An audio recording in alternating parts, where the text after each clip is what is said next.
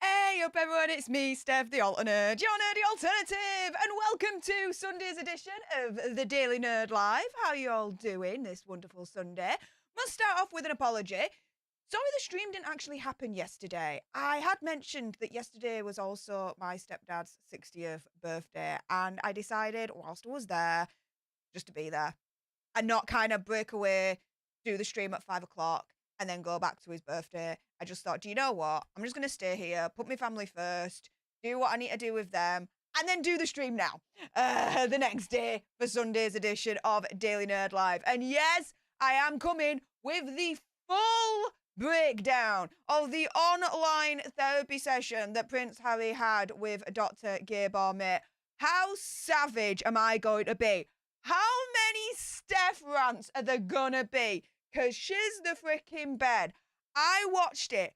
I paid for the ticket so you guys didn't have to. And oh my goodness, Dreadnought Metal. Hey! Thank you so much for the wonderful t-shirt. I did say it was my size. You sized me up pretty well, mate. So thank you so much. So as promised, I'm wearing the t-shirt. How many times does Prince Harry go wah? We will soon find out. I will get to all your comments after I go through the full breakdown. However, if anyone wants to interrupt the breakdown, you can do so in a variety of ways. You can consider donating through either the super chats on YouTube or the pinned comment right at the top of the chat there has my link tree on it, and you can consider donating through Stream Elements, PayPal, and Cash App if you want to go that route.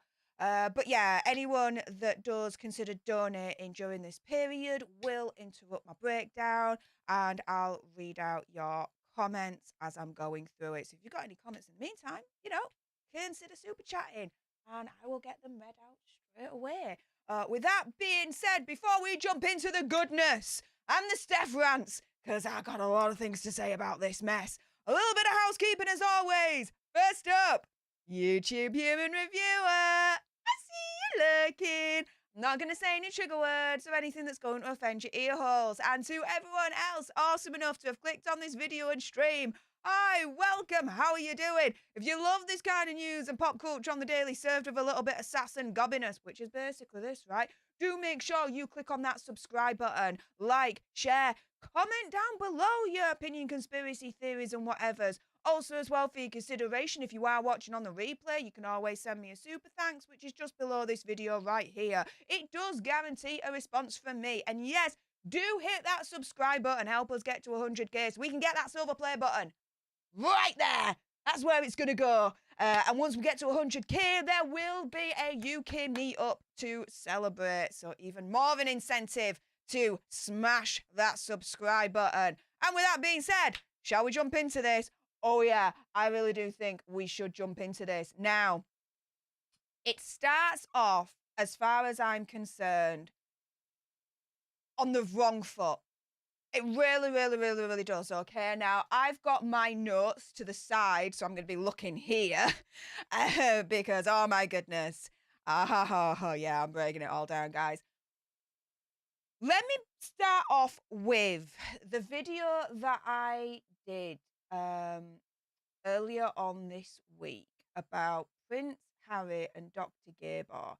I think it's really important that I address this again, basically. So, here we go. It's this one here that I did earlier on this week. Prince Harry's shady doctor. Prince Harry teams up with Dr. Gabor Mate, who gave illegal substances to his patients. Now, let me be very clear on this, okay? I am not criticizing Dr. Gabor in terms of his views on mental health and what he's done for mental health and addiction and all that malarkey, okay? Listen to what I say in that video. Really, really listen. The only criticism I had was that he was using, okay, illicit substances on his patients in Canada. This ayahuasca plant, which I'm going to call the Aya plant because I really, really do think I'm mispronouncing it there, okay? In Canada, to use that plant, to have that plant in your possession is illegal, okay? And Dr. Gabor was threatened by Canada Health with legal action if he continued to use it. Are you guys saying it's a little low? Okay, let me bring it up a little bit more. Okay. So that's what I was commenting on in that video. That back in 2011, okay, he was up until that point for 2 years using this ayahuasca plant on his patients. And Canada Health turned around and said, stop using it, otherwise you will face legal actions. That is it. That is all the video is on. Now, do I believe in decriminalisation of illicit substances? Do you know what? I do. And whether you agree with that or not is your own freedom of choice, okay? But I was just criticising Dr. Gabor Mate on literally breaking the law in Canada, okay? That is it, all right? Now, with that being cleared up, he really does get off on the wrong foot on this live stream, Dr. Gabor Mate. And it's Dr. Gabor Mate, isn't it? Not Dr. Gabor Mate. You guys in the comment section as well really helped me with the pronunciation of that name. So thank you so much for that. So Dr. Gabor Mate, he went off on the wrong bat as far as I'm concerned, because he says that in response to this live event being announced, apparently, according to him, there were 2 streams of people. So there was the first one who hadn't read the book Spare, but were hostile about seeing Harry as wallowing in self-pity, presenting himself as a victim. And then there's a second stream who was so grateful that this live stream was happening, craving an honest conversation about the loss and grief, trauma, woundness, and victim, this, that, and the other, right? You what? You what? No, because guess what? I can make it official now. I have read finally the full book of Spare.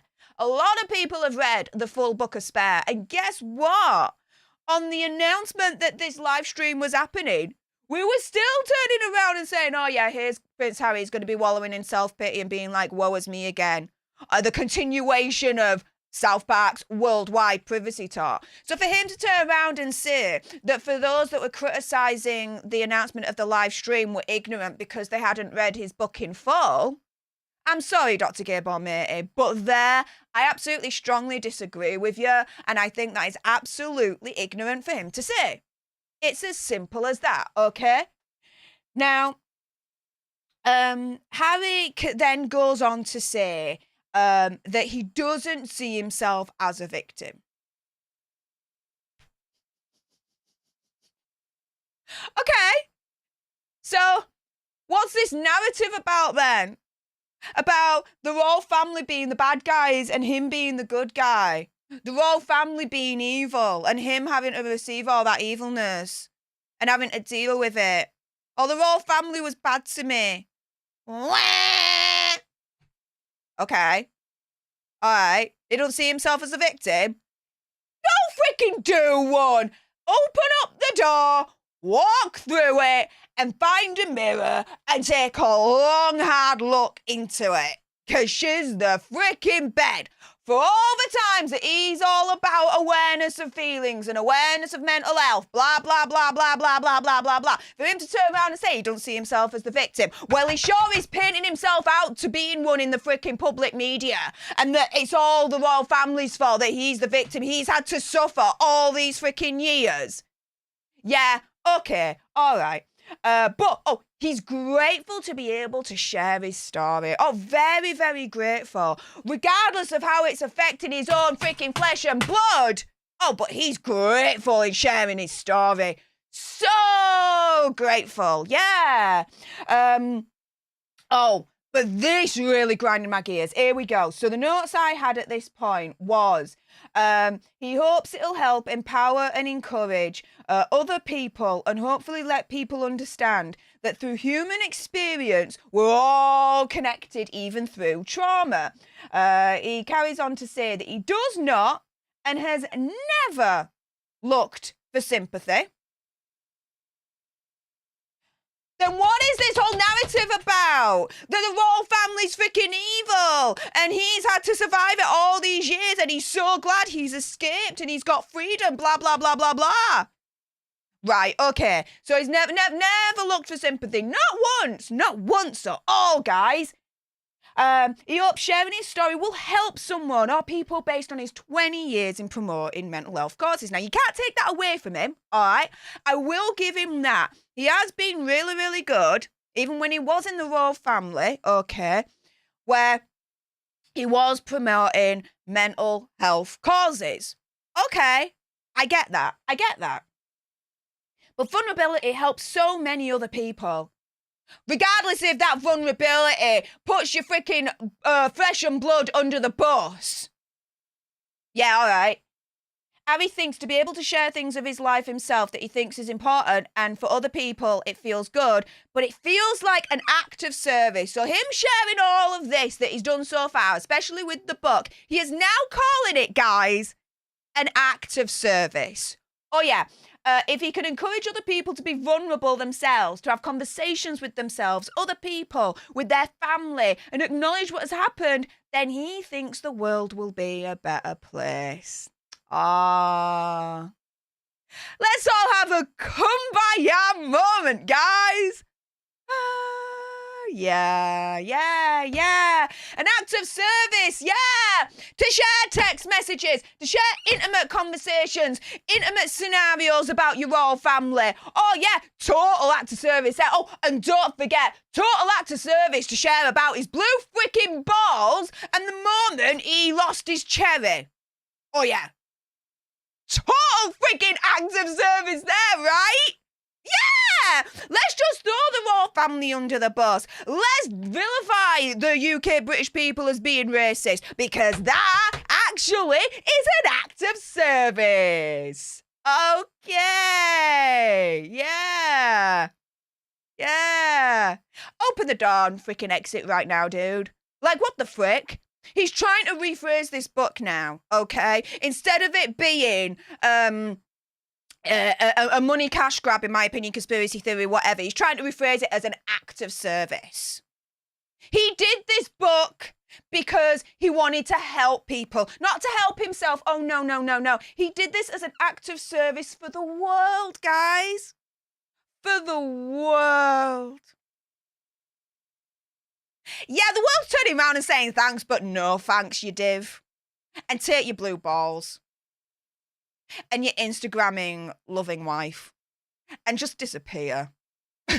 Because literally, even the polls are saying they are less popular now than freaking Prince Andrew. No one is getting this book and thinking it's an act of freaking service. What the deuce? What the deuce? And you know what, Ms. M?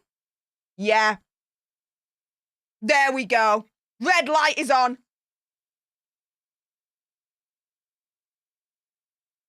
Because this is going to be just an overall rant. So here we go. Red light on.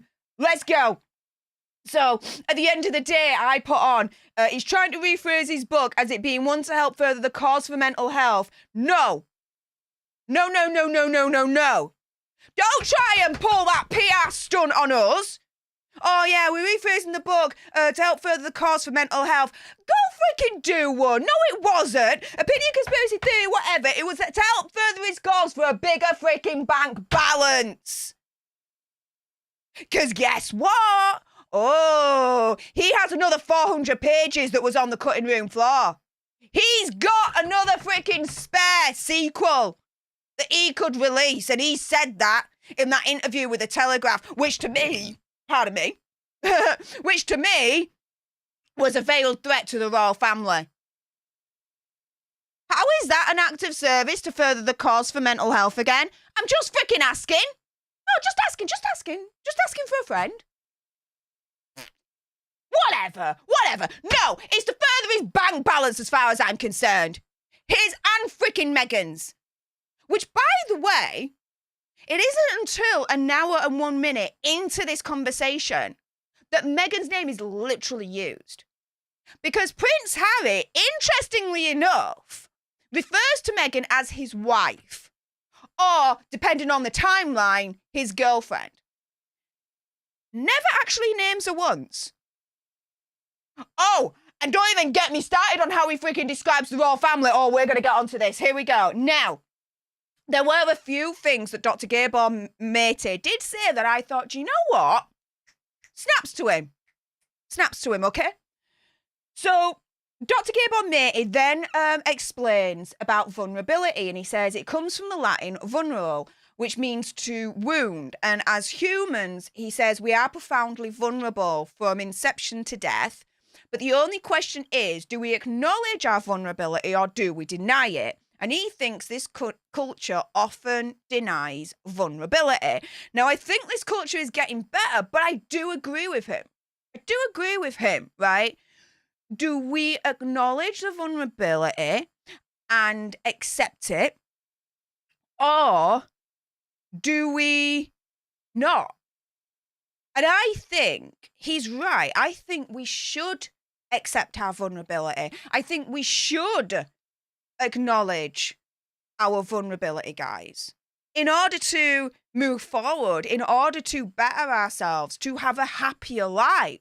If you acknowledge, if you find and you acknowledge your vulnerability, then that's the first step to being able to deal with it and have a better and happier life.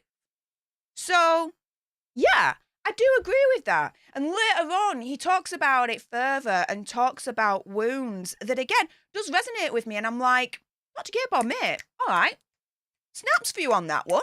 Fair play. Fair play. So then goes on to say that Prince... Oh, sorry. What am I doing there? That Prince... Sorry about that, guys. Pressed the wrong button. Prince Harry's self and his own story was distorted because of the environment he was confined in, and also society and what it does to him. It boxes him in. And says his first discovery, and then he says his first discovery of therapy led to a diagnosis of PTSD when he found his therapist and began to unpack his 12-year-old Harry self at the point where Princess Diana, his mother, passed away. That started for him to unravel all sort of other moments, which was scary. He was scared of losing the feeling he had of his mother. However, he figured out that by going through therapy, it wasn't the case that he lost his feelings about his mother. He says he turned what was sadness, which at the time for him to be sad proved to him that he still missed her. He let go of that and turned that sadness into her just wanting him to be happy, which was a huge weight off a feeling off of him. So those notes, what he's saying there is, when he started therapy, he was scared that he was going to lose the sadness that he felt for his mother, because that sadness was a physical, emotional reminder to him that he missed his mother, and he didn't want to let go of missing his mother through this sadness. But through therapy, he realized that no, there were other things that he could feel apart from the sadness that still proved that he still missed his mother, but in different ways. So in this way, he figured out that he knew that his mother just wanted him to be happy. So by knowing that and feeling that, he's able then to move on from that sadness, but still miss her, but in a more healthier way. Now that, okay, I can get that. Therapy has helped him. Snaps for that. I'm not going to disagree. I'm not going to criticize that. That is his own feeling and his own thought process in order to deal with the toxic feelings that he had in terms of missing his mother and transforming those toxic feelings into something that was more constructive for him in his life. Okay, well done. To turn around, though, and say his own self and his own story was distorted because of the environment he was confined in, yeah? He is literally reducing his own flesh and blood, his royal family, to say the environment. It was the environment. It was he doesn't even say him. He calls him the environment. He calls his own flesh and blood the environment.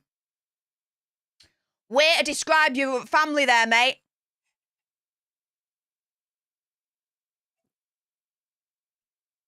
Dumbass. Now, Dr. Gabor Mate says something else that I really, really do like. He says about defining trauma. Now, I've watched, what's it called now? Shutter Island, right? A film over 10 years ago that was released that's got Leonardo DiCaprio in it. Really brilliant film. I definitely recommend that you watch it, okay? I've seen it so many times. I really enjoy it. And there's a doctor in there that actually describes what wound means, where it comes from. So when Dr. Gabor Mate said what I'm about to say, it reminded me of this film. And he says about defining trauma, it means wound, and it comes from the Greek word for wound. And it's a wound that it don't heal. But recognizing trauma is not about being victimized. It's about aligning with the possibility of actually healing that wound. And it seems to him that's the journey that Prince Harry is on. Now, here we go.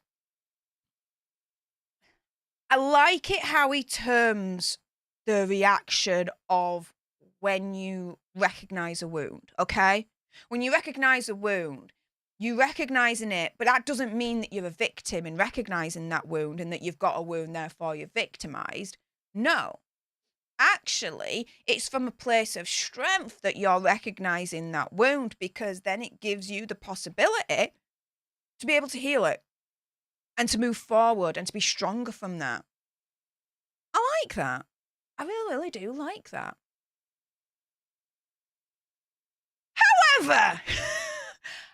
However, to say that's the journey that Prince Harry is on, okay, personally for me, the journey that Prince Harry is on is all and out war against the royal family and the British freaking public. It's all about, for me, opinion, conspiracy theory, whatever, him taking revenge, okay? Because for him to say that Prince Harry is on this road to recovery and to healing the wounds that he's got, this, that, and the other. Okay, there's all about healing the wounds, but guess what? Don't heal your wound, but at the same time causing freaking wounds to other people, to your own flesh and blood, to the British freaking public. How can you say that Prince Harry is healing his wound when by healing his wound, he's actually causing wounds to some other people? Quite literally, in my opinion, conspiracy theory or whatever. That does not make sense. No, what does make sense is he ain't on a freaking path to heal his wound. Opinion, conspiracy theory, whatever. He's on the freaking path of all-out war. Okay? And revenge. This ain't about healing freaking wounds as far as I'm concerned. No freaking way. If it was, then as far as I'm concerned, he wouldn't be throwing mud and muck at the British people and the royal family. He wouldn't. He wouldn't be releasing these stories about the royal family, the text messages and everything else that he freaking well put in that book. He wouldn't. This whole thing when he go earlier on with what I said about this whole book being an act of service to further the mental health cause issue. No. Not at all. Not at all. He could, no way. No freaking way. Before I go on, I want to say thank you to for the $2.40 super chat, saying been waiting for your feedback all day. Hit us. Oh, I hope you feel hit so far, because guys, we ain't even finished. We ain't even halfway through. We've only just freaking begun, guys. Begun. Now, here we go. Prince Harry says, we are all on this journey. We're all on this journey of healing our wounds. Yeah, we are. I get that. Then, he has to name drop, guys. He references the Oprah Winfrey mental health documentary he did a few years back. And he believes 99.9% of us are carrying around some sort of grief, trauma and or loss. And the sooner we all accept that we're all carrying that, then the sooner we can all get along, because that's our shared experience. Guys, Prince Harry has the answer to world peace. Yeah. As long as, we all accept that most of us, the majority of us, 99.9%, we're all carrying grief, trauma, loss. Sooner we all accept we all got that, then do you know what? World peace is achieved. Utopia! Kumbaya! Wow! Prince Harry's got the answer to world peace. Give him the Nobel Peace Prize. He just cracked it, guys. What the frick? That is the most naive, simplistic, stupid thing ever. Oh, as long as we recognise we all have the same grief and loss and trauma, then do you know what? We'll all get along. Do you know what? Prince Harry should be in that freaking delegation between Ukraine and Russia right now to foster the peace talks, because you know what? Prince Harry's got the freaking key to solving all wars and just get peace all over the world. Come by freaking yeah!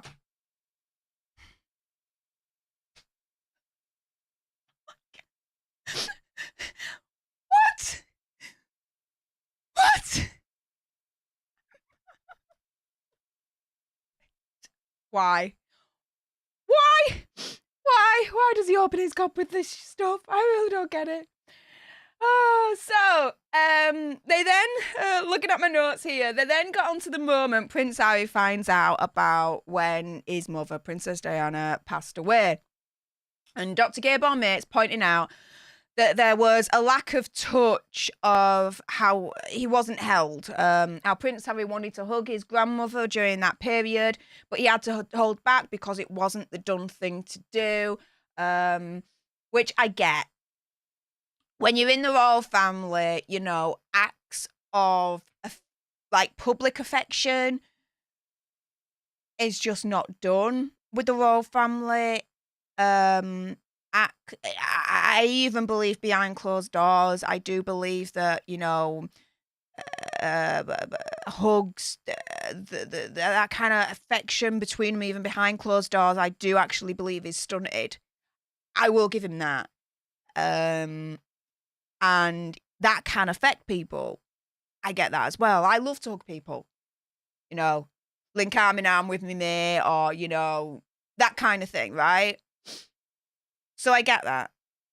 And when, you know, he describes in his book the moment when Prince as he was at the time, Prince Charles told him that his mum had passed away, there was no hug.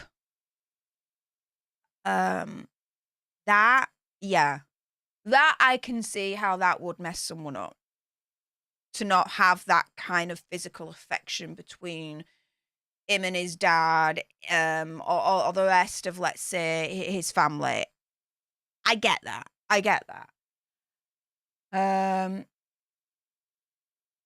He says when he came back from Afghanistan, Prince William hugged him.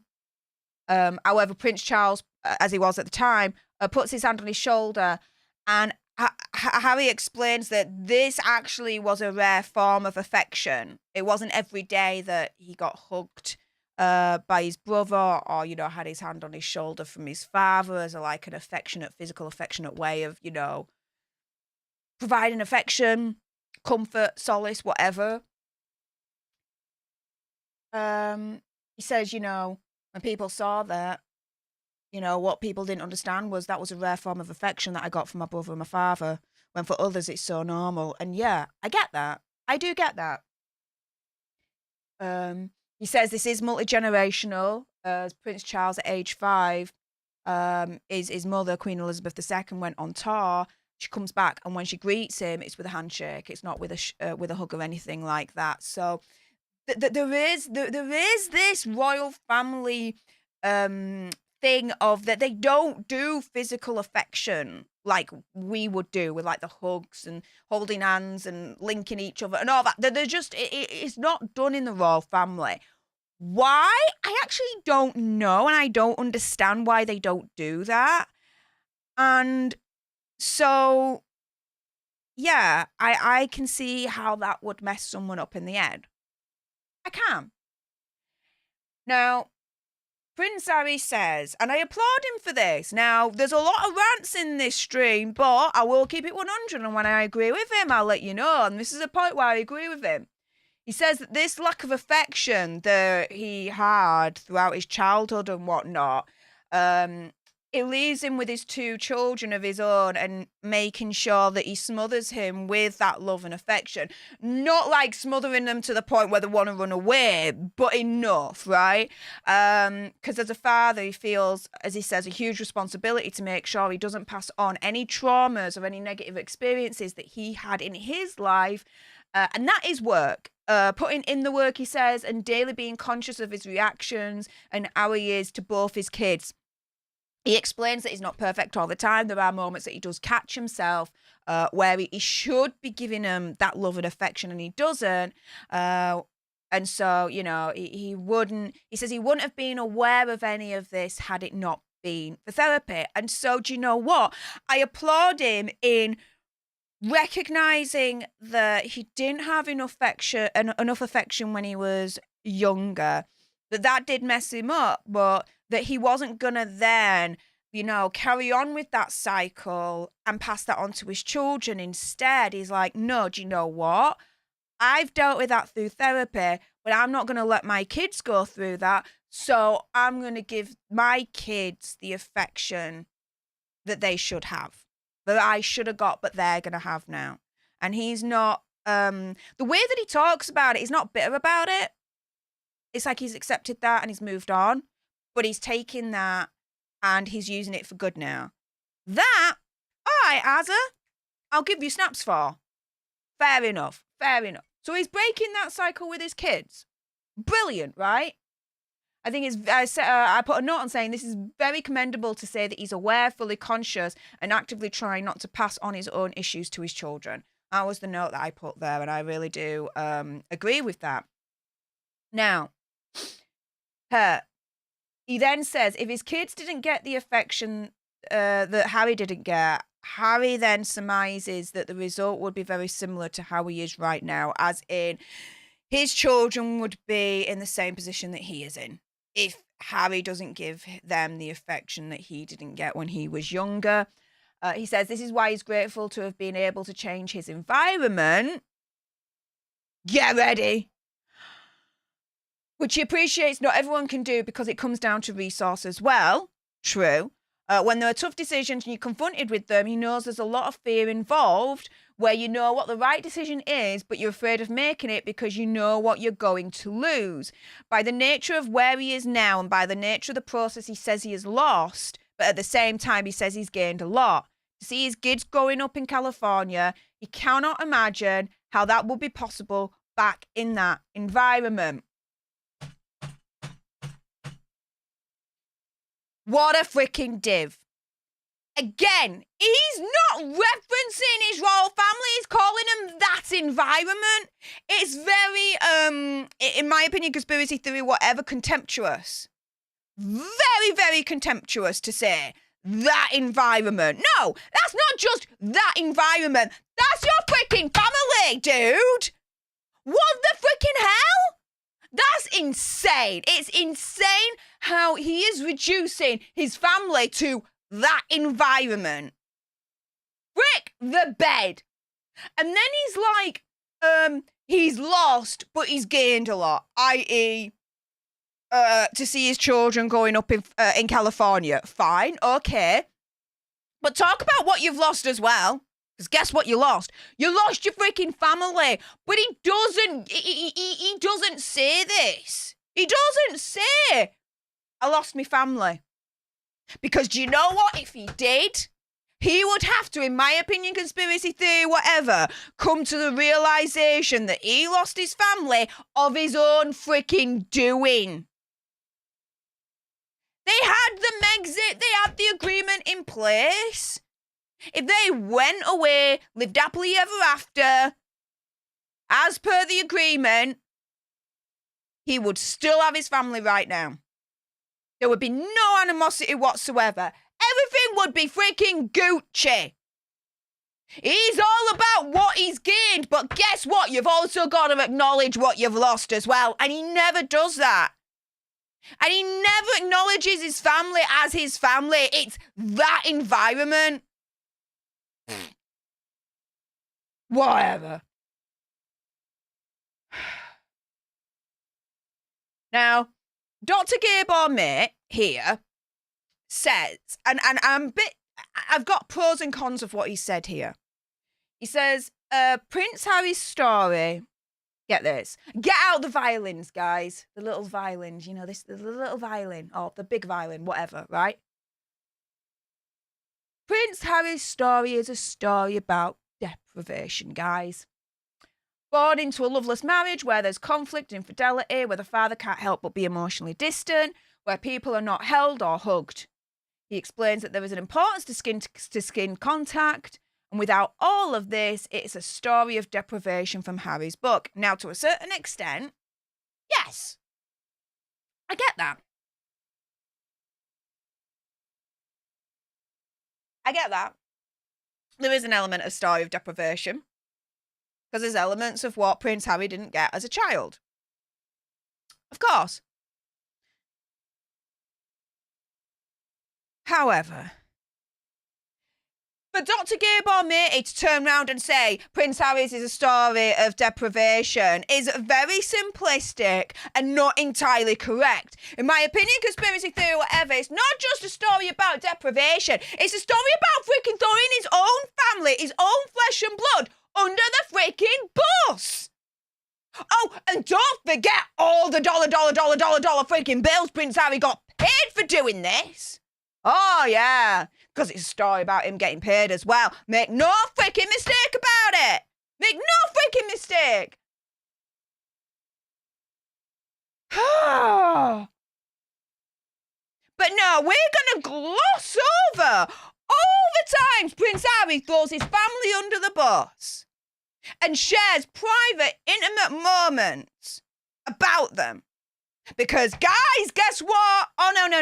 It's a story about deprivation, really. Out of it all, the overriding theme is a story about deprivation. Oh, and don't forget, Prince Harry says it's an act of service to further conversation about mental health. Because if he speaks out, he'll encourage other people to speak out. Yeah, other people to speak out about their blue freaking balls and the moment that they had a fight with their big brother. Oh, and the moment that they lost their virginity. Yeah! Total freaking act of service, all of that, right?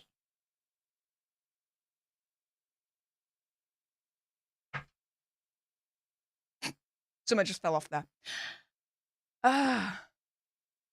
Yeah. Story of deprivation, guys. I tell you something, the Azza and Megsy BR machine was proper working overtime during this whole conversation. I tell you that right now. Oh, and we ain't even finished yet. Here we go. So, Prince Harry says that he and his wife, again, never names her, just calls her his wife. See, they try and break the cycle so that their kids don't have to go through what they went through. All right, that's fair enough. Now, whether or not I agree with their assessment of what they went through, putting that aside, they don't want their kids to go through that. Okay, whatever. Fine. They're trying to break that cycle. They're trying to give their kids the best upbringing possible. I can't knock them for that. All right. Snaps. Fair enough. Okay. But Dr. Gabor Mate says that there's something profound here, that there are two types of traumas. and this I like as well for what he said. He says the ones that there's the one type of trauma that happens that shouldn't do, such as a death of a parent at a very early age, as what Prince Harry had to go through. And the ones that don't happen that should. So, for example, the lack of physical affection that, again, Prince Harry had to experience. And so when he turns around and he says there's two types of traumas, the ones that happen that shouldn't, and the ones that should happen but don't, I'm like, that's a good point there.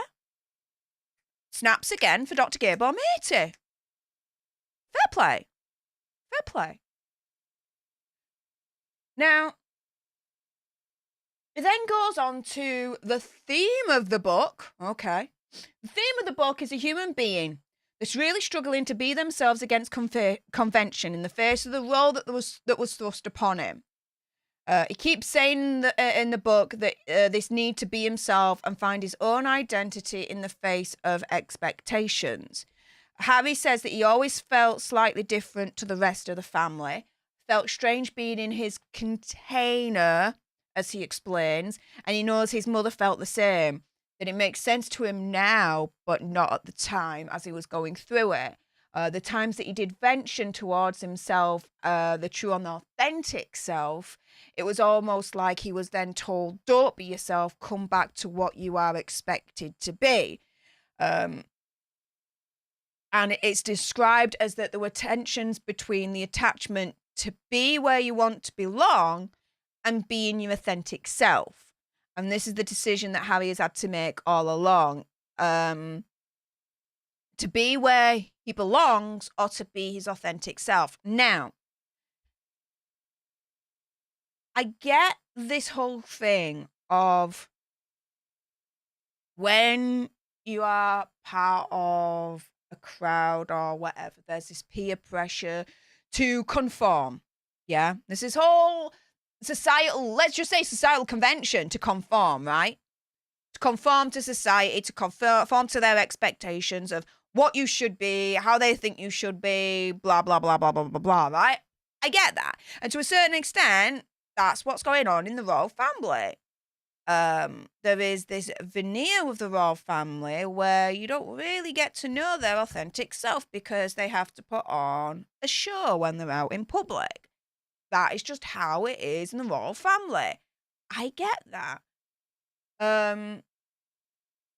But you can be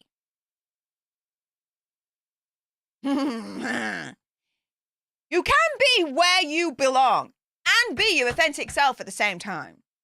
You can do that. Because guess what? I am where I belong right now. And guess what? I am my authentic self. Right? Unapologetically. I am who I am. You like me? Brilliant. If you don't, still brilliant. Whatever. Nice to have met you. Good luck with the rest of your life. Do you know what I mean? No hard feelings, right? Shiz the freaking bed. It does not have to be this black and white situation of you either be where you want to belong or you be your authentic self. That there's a choice. No, you can have both. You can have both. But he's saying that you can't. You can't. It's impossible. You frick. Dude has no clue whatsoever. I'm exactly where I belong. And guess the frick what? I am my authentic self. Shiz the frickin' bed. So it's either stay where you belong or be your authentic self. You can't have both, guys. According to Prince Harry, you can't have both. And this dude works in mental health, guys. For that company, Better Health or whatever it is. He's talking a lot of shit, I'm telling you that right now. And oh my goodness, Jean Rick, thank you so much for interrupting with that wonderful super chat of $1.99. Oh, and it's the ginger doggy, it's my favourite one. And it's like this with the hearts behind him. Yes, thank you so much. If anyone else wants to interrupt me mid-rant, you can do so, either by considering sending a super chat my way, or if you go up to my pinned comment, there's a link tree there, and you can also consider donating through Stream Elements, PayPal, or Cash App, which will be another way to interrupt me mid-rant if you do want to make a comment in the meantime. Whew! So, let's get back to this. Oh, guys. So, again, Prince Harry is at pins to be like, he wants and needs this book. He says he wants and he needs this book to be an act of service, guys. And how important it is to share these stories, how you can save and improve lives because you're giving permission for other people to talk about their own stuff. Yeah. Before I get into that rant, Brandon Torres, thank you so much for being a leader for 7 months. Thank you so much for your continued support, saying, doesn't even feel like 7 months. Glad to be here listening to Stef's Gob. Well, glad that you're here as well, listening to me Gob, Brandon. Not like I'm biased or anything, but thank you so much for your continued support of being a leader. If anyone else wants to consider being a leader, you can click that join button. It's $4.99 a month, same for everyone else, and you have access to the exclusive emojis, badges. Once a month we do leader only streams. We get to have some fun. I get to be a bit more personal with you guys. Also as well, you get exclusive videos from me, and last month you guys got 4 exclusive videos from me for leaders only. So if anyone wants to consider being like Brandon and being a leader today, consider smashing that join button. It does help support this channel and allows me to do what I do for you guys right now. So let's get back to the next rant. So, yeah, giving permission for people to talk about their own stuff. Yeah. On a global freaking scale, which means, yeah, you know what? Give permission for other people to throw their family under the bus and make a lot of money for it. Go on, mate. Yeah. You go, Prince Hazard. Oh, yeah. And airing out the family laundry for the whole world to see. And don't forget about your blue balls. Oh, yeah, that's definitely an act of service there. You know, share it all about your blue balls so that encourages people to talk about their own mental health. Yes, your blue balls has encouraged people to talk about their own damn mental health. You freaking idiot. Like, really, and I noted this, the desperation to reframe this book as something to further the mental health cause rather than a money grab was clear to see for me here. Do you know what I mean? Oh, no, this ain't a money grab, opinion conspiracy theory, whatever. No, it's not a money grab. No. This is an act of service to further the conversation globally for mental health by sharing my story all about me blue balls and the conversations privately I've had with my royal family and the situations with the royal family. Oh, yeah. All to further the conversation for freaking mental health. What an act of service, Harry. Thank you.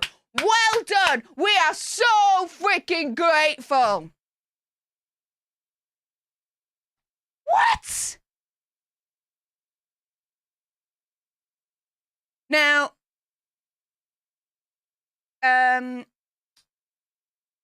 if I just scroll down here, Marios, thank you so much for the $4.99 super chat, saying, please read Dr. Gabor Mate's The Myth of Normal. You're really wrong about him, sorry to say. So, a lot of my rants that I've been doing at the moment, Mary Rose, actually has been about what Prince Harry has been saying during this conversation. If you've been here since the beginning, you'll have actually seen that I've actually agreed with a lot of what Dr. Gabor Mate said during this particular conversation. Now, there are some things that I do criticise him on. If you think that I'm wrong to criticise him on that, that's absolutely fair enough. You are entitled to your own opinion, as I am entitled to my own opinion. But there have been some things that I have actually agreed with him for saying, such as him turning around and saying that there were two types of traumas, which I really liked his phrasing of. The ones that happen that shouldn't do, such as a death of a parent at a young age, like Prince Harry, and the ones that don't happen that should, such as physical affection, which Prince Harry didn't get at a young age. And so, yeah, there are things that Dr. Gabor Mate did say during this conversation where I'm like, you know what? Snaps for Dr. Mate. Do you know what? He's very much saying some things that to me it's like, yeah, that's a really, really, really good point. But there were other things that he said or he's done that I do disagree with. And that's okay as well. But Mary Rose, thank you so much for firstly being very kind with the super chat, and secondly, putting forward your own opinion that's constructive and very kind, you know, and not being nasty at all about it. So I really do appreciate that. And I appreciate that we can have this conversation and not fall out or cancel each other. Do you know what I mean? So thank you so much for that. I really appreciate that. Also, as well, oh my goodness, the super chats are continuing. Virginia Martinez, thank you so much for the $2 super chat. Just saying, hello, everyone. Well, hey up, Virginia. How's it going? Glad that you're here. And another $3 super chat from Virginia Martinez with the Mr. Yellow Dude. And he's like, hello. Well, thank you so much for that support. I really do appreciate it. Also, as well, Denise, thank you so much for the $5 super chat saying, rant away, we are here for it. Oh, yes. we're ranting away. I'm ranting away. I'm giving you your money's worth, guys, I would like to say. So thank you so much for that. And Jeanette Denava, thank you so much for the $4.99 super chat. Oh, it is my favourite again. It's the ginger doggy. Yes. And he's going like this.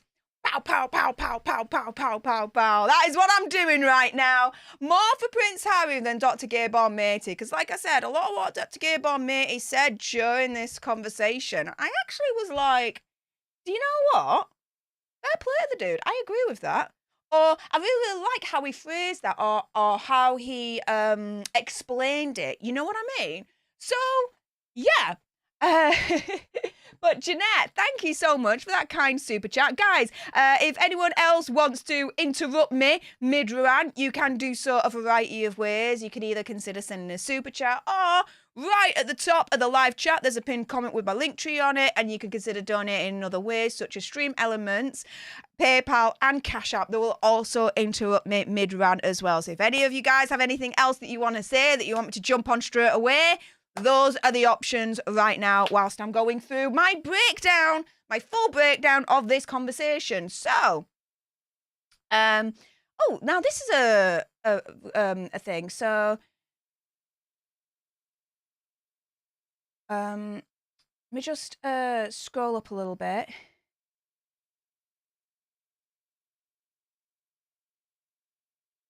I think I saw something, or maybe I didn't.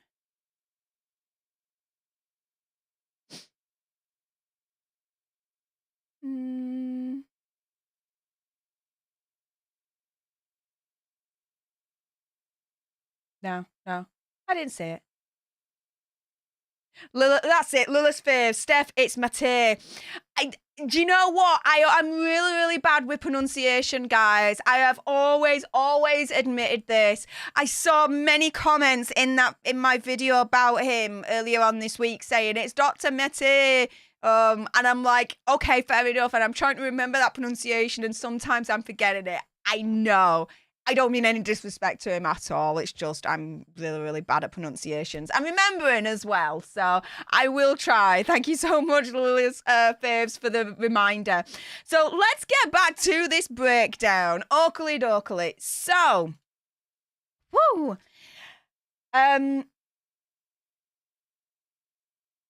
Here we go. Freedom is a big thing in his book. Not like that Finding Freedom book was the big freedom book. Oh, no. Spare is the big freedom book, guys. Remember that. Royal fame was fancy captivity, Harry says. Now, a certain point, I actually agree with him in that sense, because there is a lot of expectation that is put on the royal family, not only by the public, but the royal family themselves put on the expectation of how they need to be in public, how they need to be seen in the public and all that lot, right? And so I get that. I get that it can be a little bit of a form of fancy captivity, because in public, you do have to be careful of what you say and what you do, because what you say and what you do in public is a then reflection on the crown. So I get that. I do get that to a certain extent. I don't think it's the massive gilded cage that Prince Harry is making it out to be, but I slightly do get that. Okay. But Harry asks in the book, when is someone in the family going to break free? Harry says he's done that now himself and it feels great. He says, once the book came back, he felt incredibly free, guys, and that a huge weight was lifted off his shoulders. But he also knows that the system he's still a part of does not encourage the free living. Guys, the system. He is calling the royal family his own flesh and blood, the system. Again, reducing his family to an object rather than they are human beings too, right? And, oh yeah, they don't appreciate and encourage the free living. No. It's not that they don't encourage the free living. They don't freaking encourage you putting them under the freaking bus.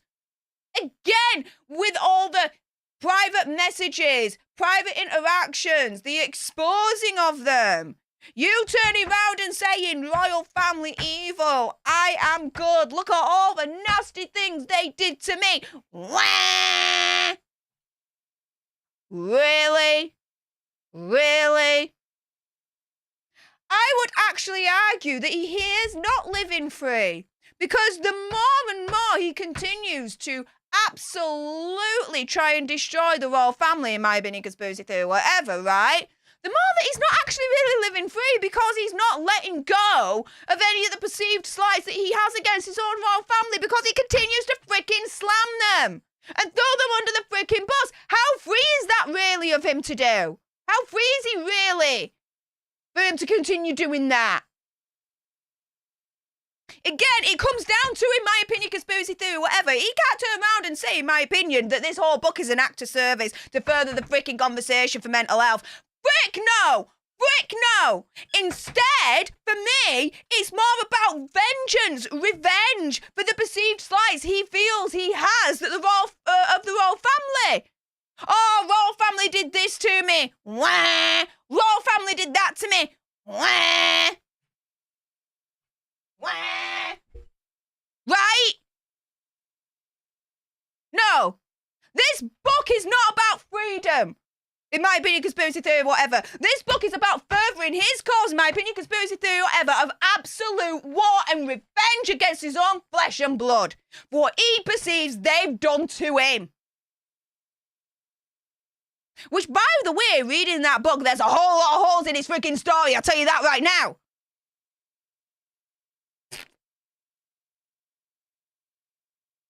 Reducing his family to a thing, calling it the system. I'm sorry, but that's your own freaking flesh and blood. It's like me turning around and saying my family's the system.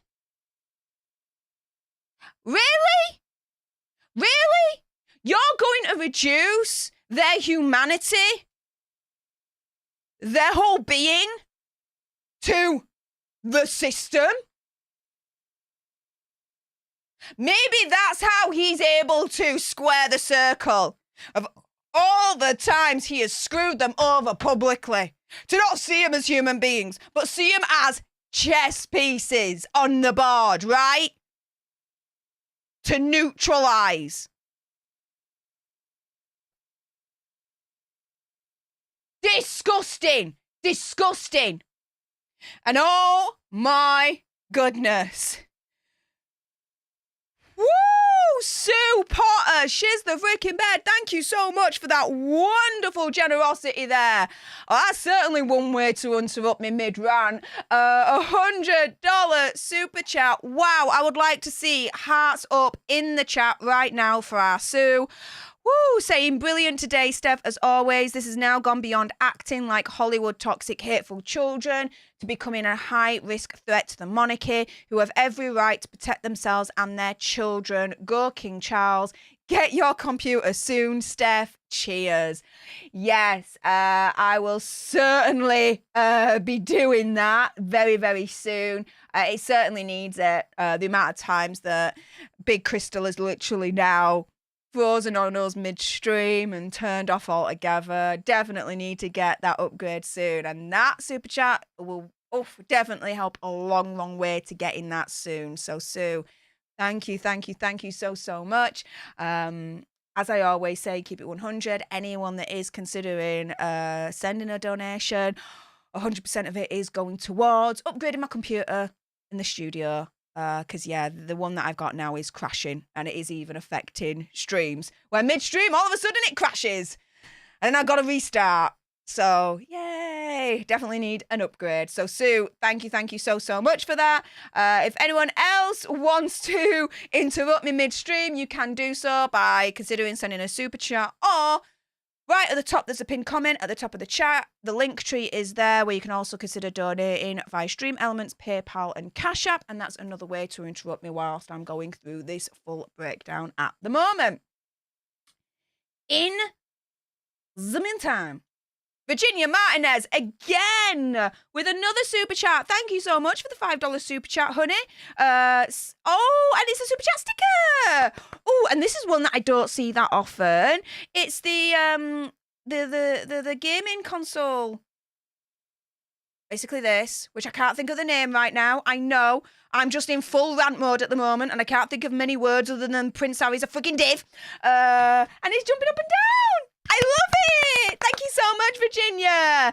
And NBNG Creative Media, thank you so much for the £5 super chat with the Mr. Green Blob saying keep it up. Oh yeah, we are keeping it up, guys. We are going. We are going off on this right now. So, Suport says, you're very welcome, Steffi. I always like trying to get away with calling you Steffi. Well, you can get away with it, lass. Not that many people can, but yes, I will let you get away with it, Sue. Absolutely, hon. Oh, my goodness. So, let's carry on with this major breakdown. He says, Prince Harry says, when he started therapy, he found he had learned a new language and that the people surrounding him didn't speak this language, so he felt more pushed aside. And so, yeah, there is an element with the royal family. I do believe this as well, that when they have any feelings internally that they need to address, I do think that they do push it down. That there is this aversion to not speaking about your feelings, not speaking about your problems, because it's not the done thing to do in the royal family. I also get that as well. And so when he's doing that and he's going to therapy to do all that, when he's trying to talk to his family about it, they don't understand. Because all they understand is they have feelings. They need to suck it up and carry on. That British stiff upper lip, right? I get that.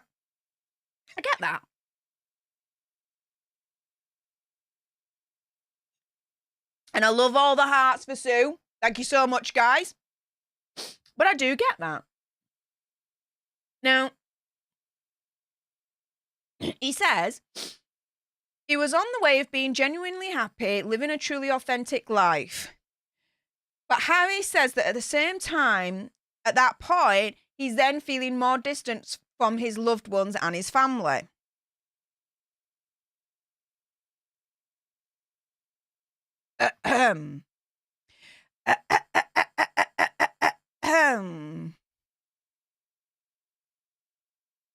No, what made you more distant from your family, dude, was all the interviews, the mockumentary, and this freaking book that you did, all right? Throwing your freaking family under the bus for the dollar bills, in my opinion, conspiracy theory, whatever. What the frick? It ain't that he went to freaking therapy that made him distant from his family. Okay, his family don't understand therapy and don't understand processing their feelings in a therapeutic session. They're all about keeping them down, stiff British upper lip, all that lot. I get that. But you're still part of that family nonetheless. It ain't that you're distant from them for that. For me, you're distant from them because of all the BS that you've been doing since you freaking left. Freaking Oprah interview, slamming them as being racist, saying one of them in particular was racist for thinking about, what will be the colour of Archie's skin when he's born. But then not naming who it is. But then afterwards, all right, a week before the book's released, turning round to Bradby in that interview and saying, oh no, we didn't call him racist. No. It's unconscious bias. Who the frick are you trying to kid here and gaslight, you dumbass? What the frick? So no, it's not because he went to therapy that caused him to be freaking distant with his own family, in my opinion, conspiracy theory, whatever. No, what caused him to be distant from his own damn family is everything that he's done since Megxit. The interviews, the book, the mockumentary.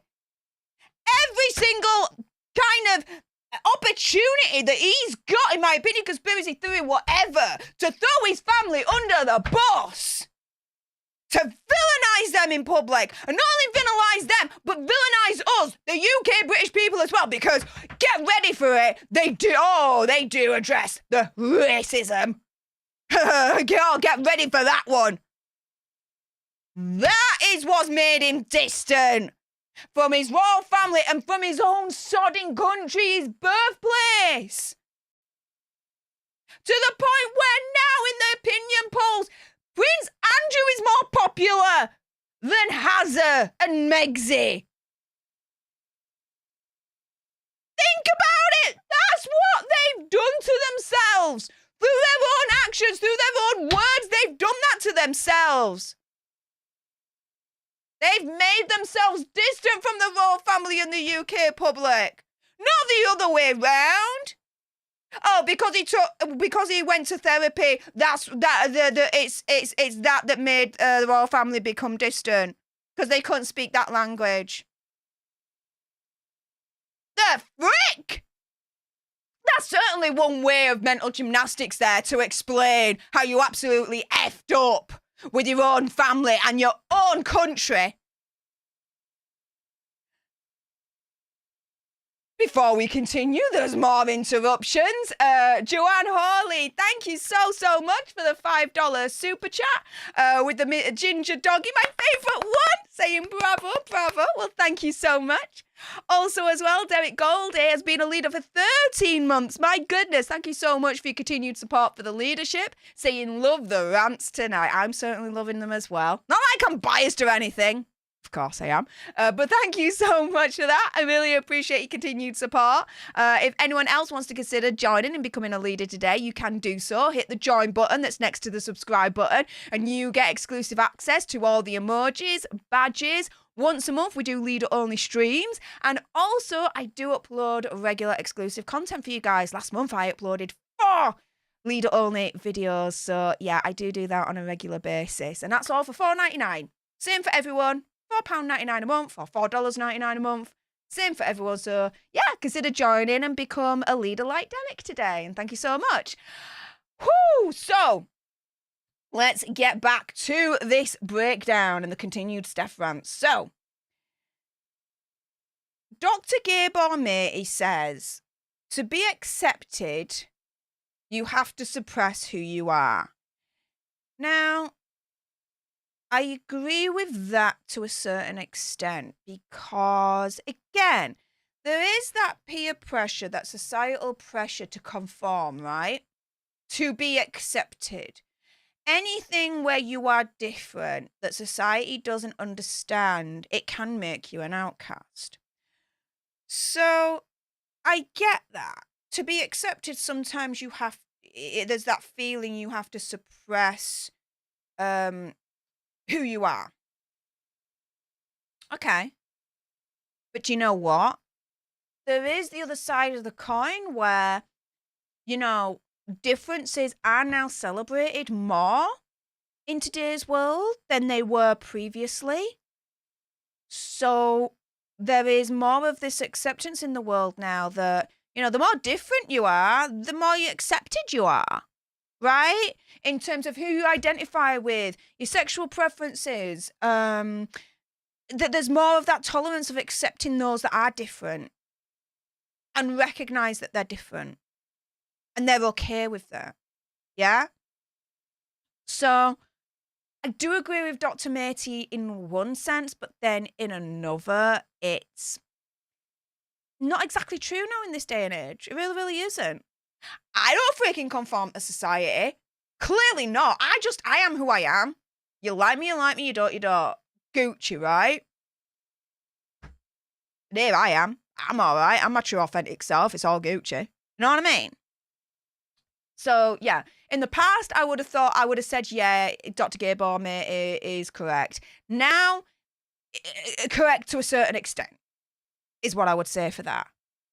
A Nookie Bear, oh my goodness, thank you so much for the £2 super chat saying, you tell him, Stef. Damn right, I'm going to tell him. Don't you worry about that. And Claire, I like this one. Honest people more of. Stefan is a pioneer in her art. Wow.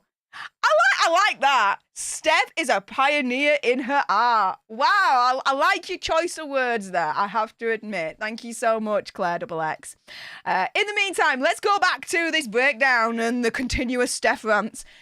Whew. So, Prince Harry says he was a fantastic candidate for the military because in the UK we tend to recruit from broken homes, guys. Individuals who are ready for it. Yeah, enough with the generalizations, Prince Hazard. What the frick? What the frick? I wrote here, this fits his narrative, guys, of, oh, poor Harry, where, broken home, needs to escape, run away. Let's go into the military then. Hello? A lot of the royal family go into the military. It's somewhat expected of them, especially for those that are higher up, that are closer to the freaking throne.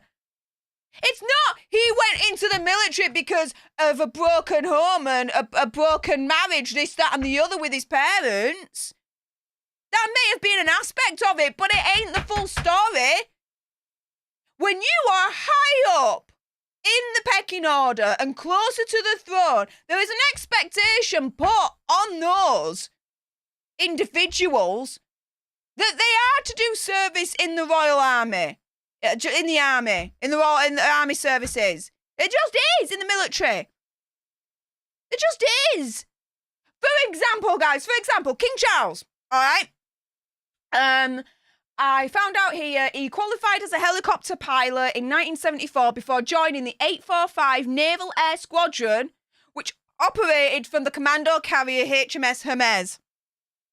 He was given command of his own ship, the minehunter HMS Bonington, for the final 10 months of his active service in the Royal Navy, which ended in 1976. But guess what? King Charles wasn't from a broken home or broken mother and father marriage, because Queen Elizabeth II and Prince Philip married, and they were still together. Come the frick on. Here's another example. Prince Andrew. Most of his service was in naval aviation. He also commanded HMS Cottesmore, a mine countermeasures vessel, between 93 and 94. In his last years of active duty, he worked in London for the Ministry of Defence and the Royal Navy. Same thing, right? He went into the armed forces, but he didn't come from a broken home. And Queen Elizabeth and Prince Philip were still married at that point. They were still together. Oh, but let's go further. Prince William. So he trained in the Royal Navy and the Royal Air Force, obtaining his commission as a sub-lieutenant in the former and flying officer in the latter, both broadly equivalent to the army rank of lieutenant. And after completing his training, William undertook an attachment with the Royal Air Force at RAF Cranwell. But again, it's not because, oh my goodness, he came from a broken family, his parents divorced, and so he went into military service because of that, blah, blah, blah, blah, blah. No. Think about it. King Charles and Prince Andrew, right? They went into military service, but at the time, they were high up in the pecking order of ascending to the throne. Prince Charles at the time, obviously being the heir, Prince Andrew being second or third in line, right? Prince William comes along. He then becomes third in line to the throne, all right? Pushes Andrew a little bit down. And guess what? He's so close to the throne. He does military service as well. Prince Harry at that point is fourth in line to the throne. He does military service as well. It's not because you go into military service in the royal family because of a broken home, this, that, and the other. You go into freaking military service because it's expected of you to do that the closer to the throne you are. That is just a thing to do. My research says, not only is military service permitted for members of the royal family, it's actually expected of the highest ranked men. This is a tradition dating back centuries and continue to this day, albeit with slight adjustments in the modern day. For the most part, though, royal military service has been a long-standing and proud tradition that gives the royal family another way to serve their country. Something that Prince Harry has freaking lost, in my opinion, conspiracy theory or whatever, because as far as I'm concerned, this whole book is not an act of freaking service that he's trying to pin it out to be now and trying to square that circle. No, not an act of service. No, it's an act for his own freaking bank balance to increase, as far as I'm concerned. Shiz the freaking bed. And thinking even Prince Edward has done military service. But again, it's not because he came from a broken family, this, that, and the other, because it wasn't even broken. He did it because he was a high-ranking member of the royal family, and it's tradition. It's what's expected. Even Queen Elizabeth II served. She didn't come from a broken family. But no, like Britain's Harry said earlier on in this conversation, it's not all about him being the victim. Oh, no. This ain't about him being the victim, guys. Oh, no. But where I went into the military service because of a broken family. Where? But yeah, it's not because he's a victim, guys. Oh, no, he's not a victim. He's not a victim, guys. Oh, no. What the frick?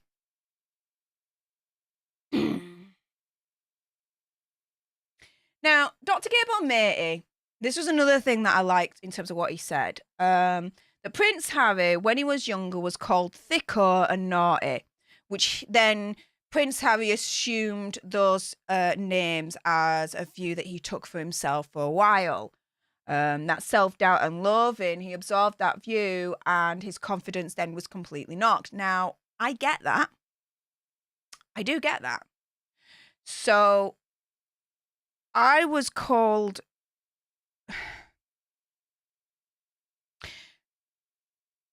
For a number of years, I was called dopey.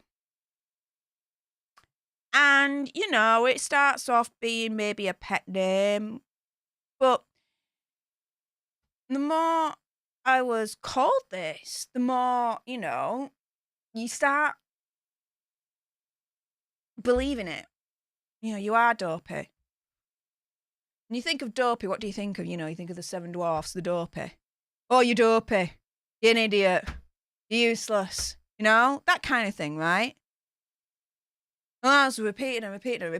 You know, you think, yeah, I am dopey. I'm an idiot. You know, that kind of thing, right? And, you know, through, you know, this whole YouTube world, this channel, and Popcorn Planet, I found myself to be more confident and less dopey because I now know I am smart. I do have a brain. I can achieve things. I'm not dopey. I am strong. I am intelligent.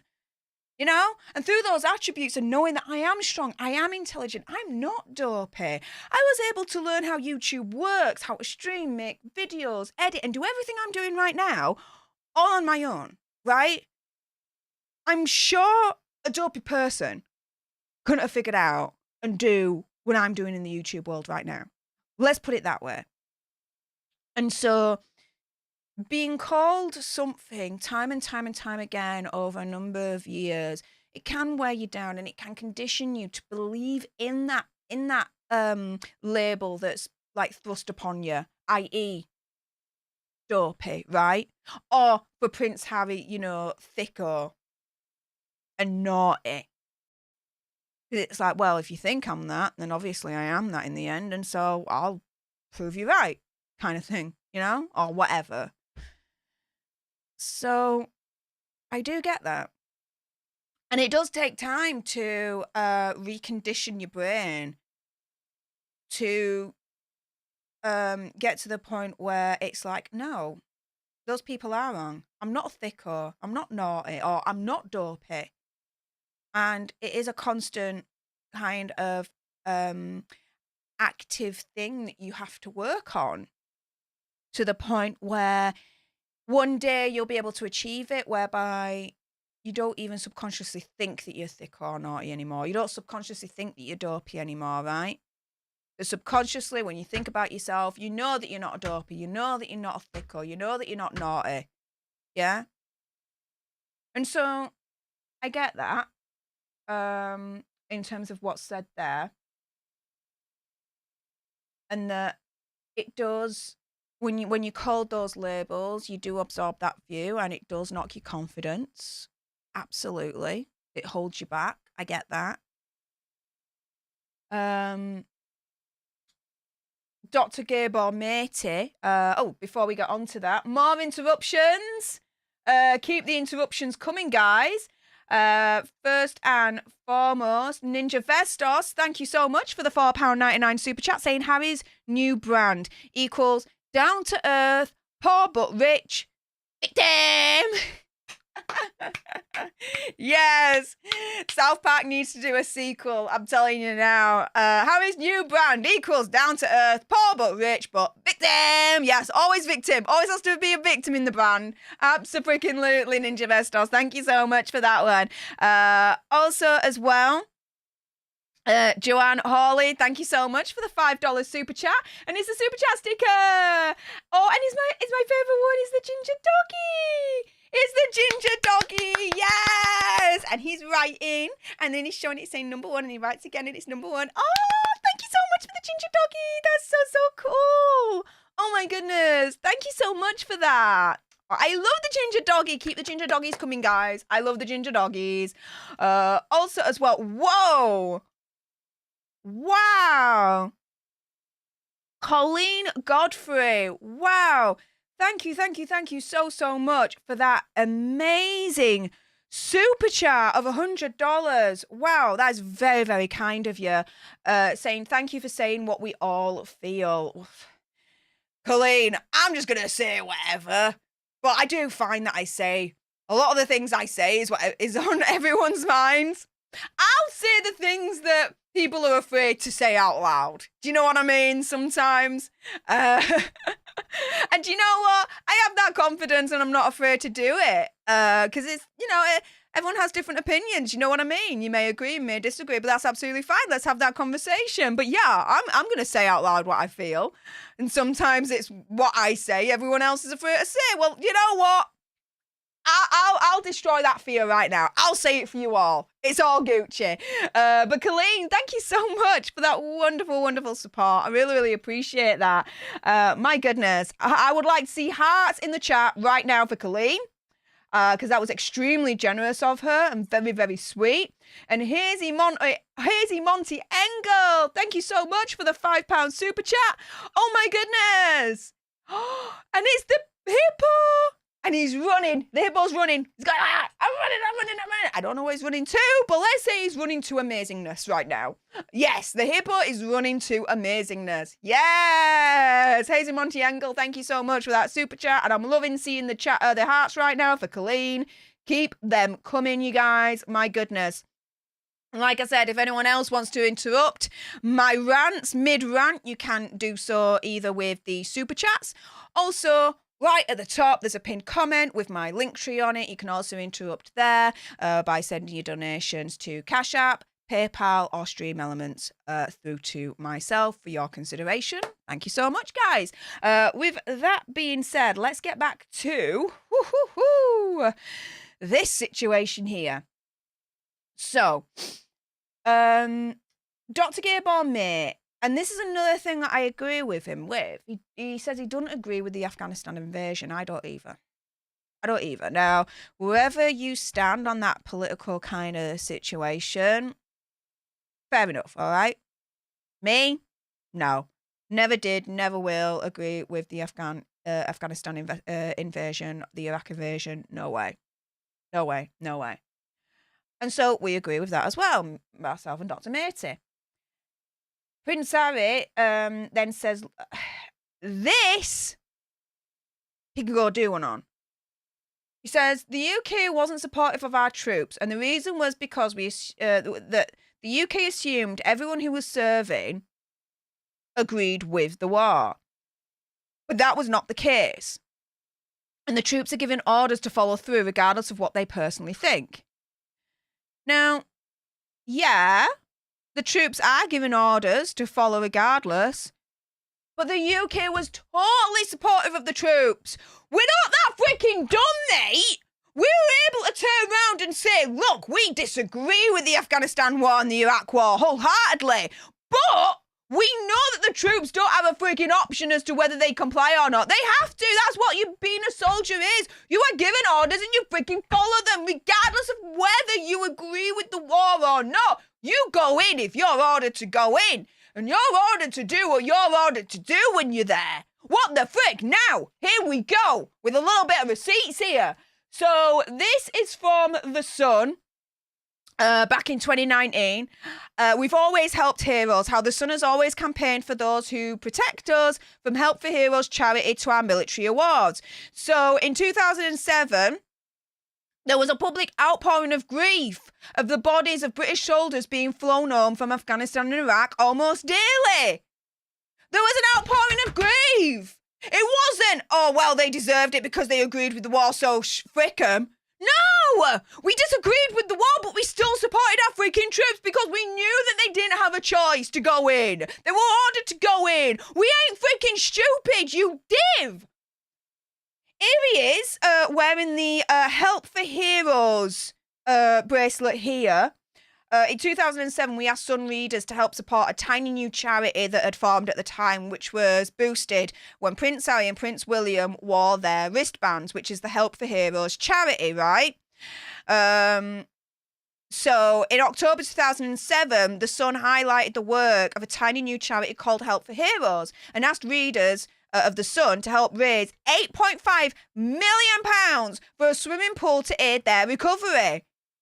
Princes William and Harry supported the campaign, wore the wristbands, and the response from the public was phenomenal. Again, if we absolutely hated the troops and thought that the troops agreed with the war, then the public response to this charity wouldn't have been phenomenal at all. We would have been like, no, screw them because they agree with the war and we don't, so why would we support them?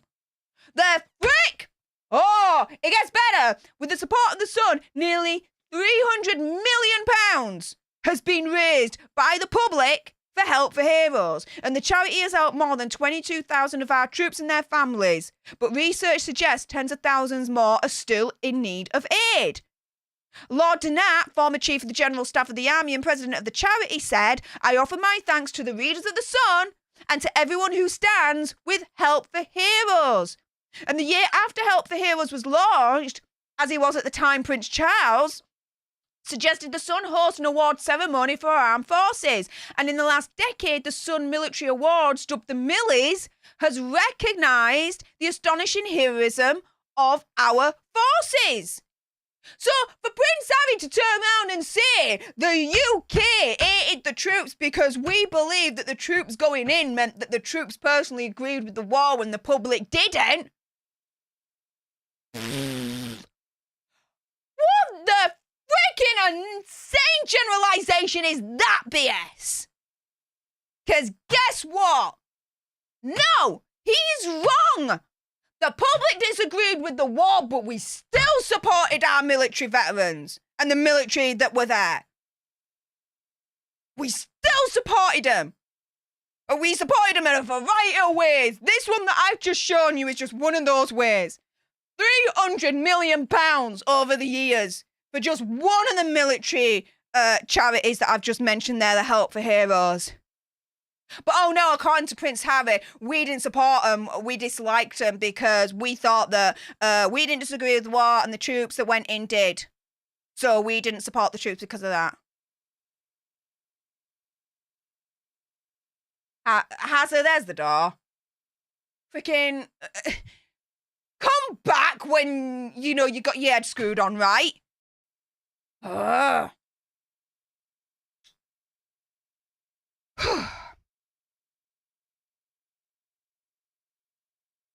I thought something had dropped there. Probably did. Never mind.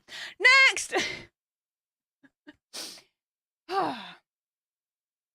Next up, Dr. Gabor Mate starts diagnosing Prince Harry. Yeah, so this therapy session, this online therapy session that Prince Hazza has with our Dr. Gabor Mate. Oh, yeah. Not only is it, let's talk about our feelings. Wah, wah, wah. I'm not a victim. Wah. I'm not a victim. Wah. This is an act of public service. Wah. No, it's not just about that, guys. No, it's about diagnosing our Hazza live in front of the whole world to see. Oh, yes. And Anthony Chiacho, thank you so much for being a leader for 5 months. Snaps for you. Thank you so much for your continued support. I really, really appreciate that. So here we go. Now, Dr. Dr. Gabor Mate first starts by saying that he is diagnosing Prince Harry with ADD, attention deficit disorder. Okay. He then says, and I like what he says here, again, the way that he explains certain things, I'm like, okay, snaps to Dr. Mate for that, right? And this is one of those instances. So he says, don't see these diagnoses as a disease, but see it as a normal response to abnormal circumstances. So again, don't see it as a disease, see it as a normal response to abnormal circumstances. And I'm there and I'm listening to that and I'm like, wow, yeah, that makes a shiz ton of sense. And I appreciate that. I really, really do. So I can only say fair play to him. All right? Yeah. Prince Harry, though. Frick. Dr. Gabor Mate, he's got this list in his hand. And Prince Harry, he kind of like pays over a little bit. And he sees this list from Dr. Gabor Mate of what he's diagnosed him with. And he describes that as exciting. And then says that this is a free session, which is wonderful. Yeah, wonderful free session. Yeah, when you're hawking your book. Yeah. Wonderful. Before we move on, oh my goodness. T as in Tina. Thank you so much for the $2 super chat saying you need an emoji for juicy. You know what? I actually think I do. That's a very, very good idea. Watch this space, T as in Tina. And thank you so much for the first super chat from yourself, T as in Tina. Guys, I would like to see hearts in the chat again, but this time for T as in Tina, because this is her first super chat for this community, for Stef the Alternate Tribe. So yes, I'd like to see the hearts in the chat for T as in Tina. Thank you so much for your first super chat for this channel. That's very, very kind of you, honey. Really appreciate that. So going back to this, Dr. Gabor Mate also says something else that I thought was really, really cool to say. And he says, once you recognize the trauma and the impact of that trauma, it can be healed at any age. I think that's cool too to say, because it doesn't matter how old you are. Whenever you recognize trauma and the impact that trauma has, that is a great opportunity then to heal yourself from it, to be better, to have a happier life. And I think that is certainly, from Dr. Mate, a very powerful message of hope for anyone out there. It's never hopeless. You can always do something about it. You can always heal yourself when you recognize trauma and the impact of it. And I really, really like that as well. Anthony Chacho. Oh my goodness. Thank you so much for the $2 super chat, my friend, saying it was bad here after the Vietnam War.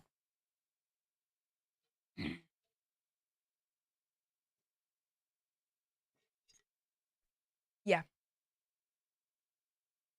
Yeah.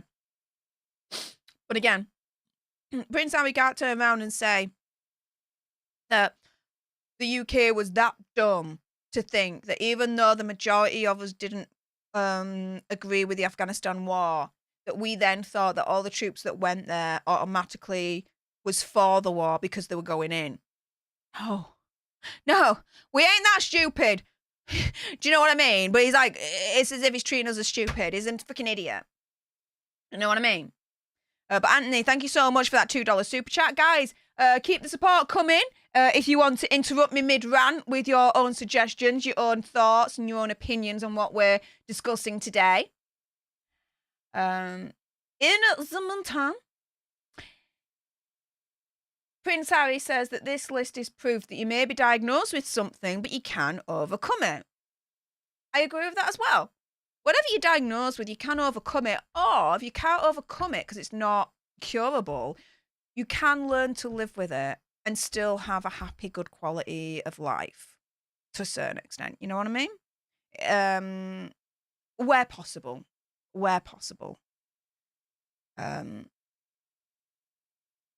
I appreciate there are some diagnoses that is just outside of that person's control. I understand that. But there are some where, yeah, you can either overcome it or you can learn to live with it and manage it and still have a happy life. So yeah, I agree with Prince Harry on that. Fair play. Snaps for Prince Harry for that one as well. All right. He then goes on to anxiety and panic disorder. Dr. Gabor Mate diagnoses Prince Harry with anxiety and panic disorder. In this part of the conversation, Prince Harry explains the scenario where he had to meet people.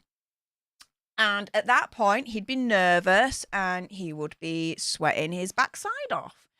And that as soon as he saw someone, though, that was sweating and feeling the same way, he would actually stop and have that conversation with them. And even though his handlers would be like, you need to move on, Prince Harry would be like, no, I'm not moving on. I'm speaking to this individual right now. I will go in my own good time. Fair play to Prince Harry for doing that. Okay. By having that conversation with that person, they would both calm down, stop being sweaty, be more comfortable in the situation and move on. He says from age 12, he was in shock mode and also fight and flight mode. He says it's all about emotional regulation and emotional well-being. So I do agree that in life you do have to regulate your emotions and achieve a sense of emotional well-being to have a happy and healthy life. I get that. However, yeah, regulating and achieving emotional well-being and emotional regulation by, throwing your family under the bus, in my opinion, conspiracy theory, whatever, publicly, through all the interviews and the book and the mockumentary. Yeah, brilliant way to regulate your emotions, Hazard, and achieve emotional well-being. Yeah, regulate your own emotions, achieve that emotional well-being. Absolutely, yeah, to the cost of your own family's emotional regulation and well-being, mind you. In my opinion, conspiracy theory, whatever. But no, let's not talk about them. No, it don't matter about them. Don't matter about their own emotional well-being and regulation. No, it's all about his. Very, very selfish, in my opinion, conspiracy theory, whatever, because he's not recognizing the impact and the trauma, that he's inflicting, in my opinion, conspiracy theory, whatever, on his own sodding family. No, it's all about his own trauma. All about his own emotional well-being and regulation. Oh, yeah. Ironic. Hypocritical. When he's not acknowledging that through his actions, he is causing trauma to his own royal family, his own flesh and blood, right? And even though by doing this, he's regulated his own emotional emotions and he's achieving emotional well-being, how about I argue that what he's doing publicly is certainly not allowing the royal family to do the same thing? If anything, I would say, opinion, conspiracy theory, whatever, it's worsening their emotional regulation and emotional well-being for having all that private family stuff being aired in public. Whether it's true or not, who freaking knows? Because his freaking book has been contradicted so many times and been busted so many times. But yeah, guys, as long as his own emotional well-being and regulation is all Gucci, don't really matter about who else he's freaking affecting. Nah. And as long as he can heal his own wounds, by doing so, doesn't matter if he's inflicting wounds on his own family. Because only he matters, guys. It's all about me. But guess what? He ain't the victim, guys. Oh, no. Wah! He's not the victim. Wah! He's not the victim. Wah!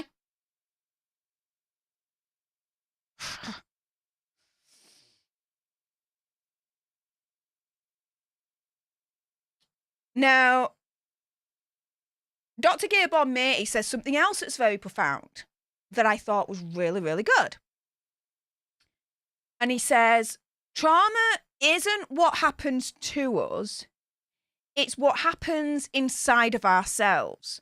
So trauma's the wound and not the event.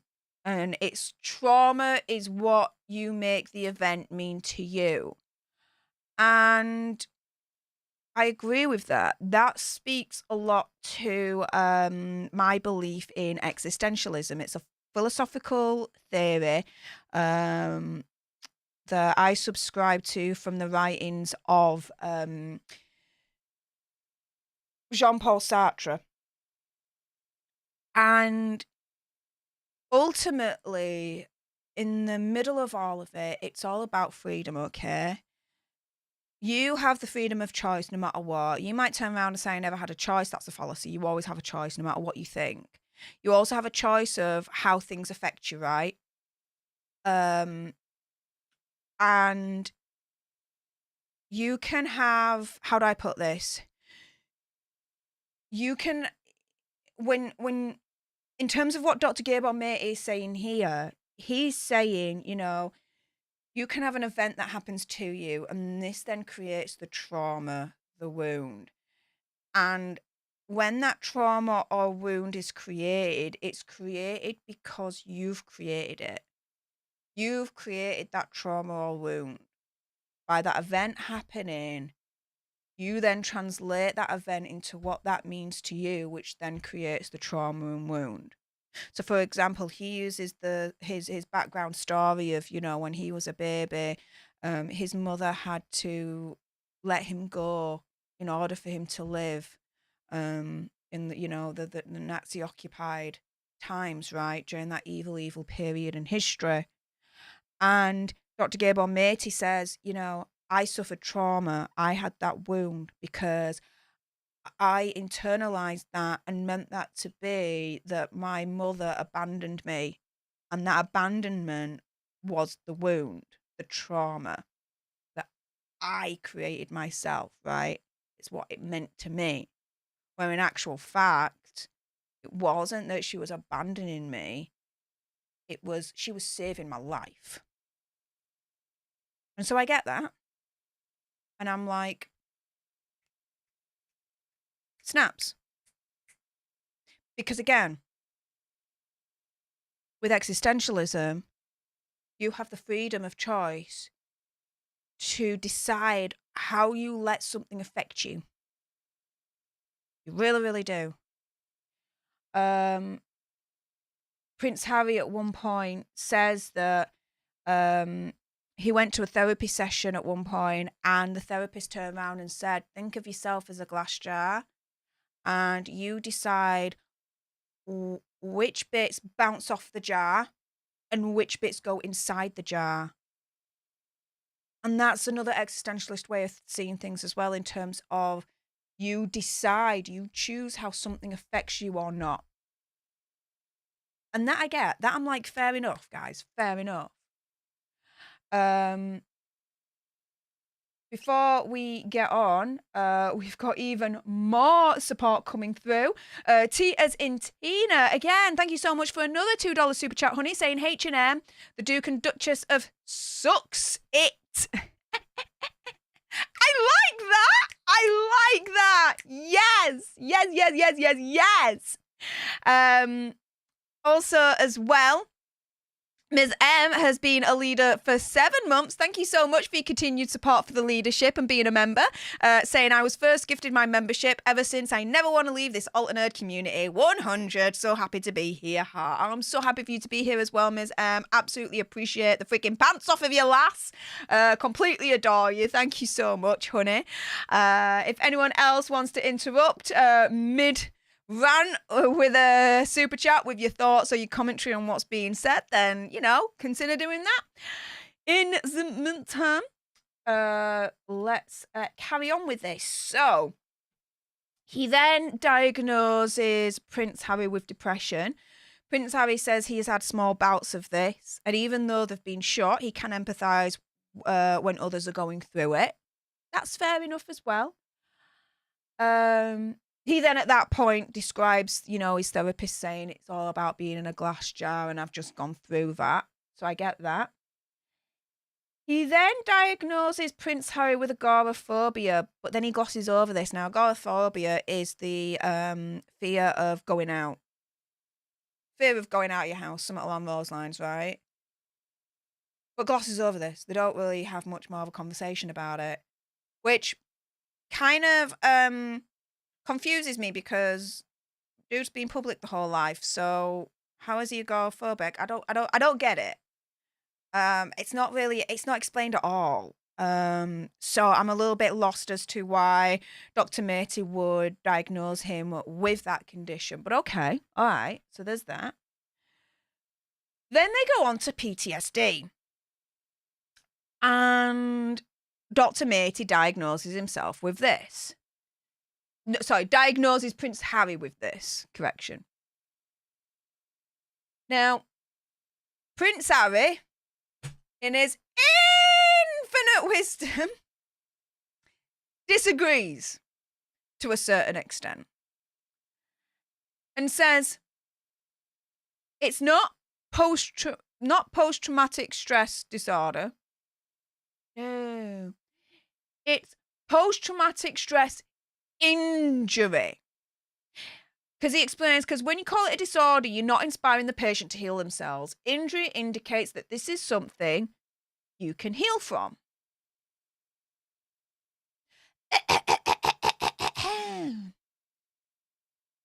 You ready? Yeah, Prince Harry, I ain't going to be calling you Dr. Harry anytime soon. That's for freaking certain, all right? So this is what I noted. So I noted the following. Dude is trying to be clever, and it clearly ain't working, in my opinion, conspiracy theory, whatever. Either way, disorder, injury, so freaking what, right? There's still a treatment plan for post-traumatic stress disorder, all right? To get better from it, regardless. It shouldn't matter whether it's called disorder or injury. There's still a treatment plan in place to be able to hopefully get better from it. Some do, some don't, but there's still a treatment plan nonetheless. Right? By his logic, we should call depression injury.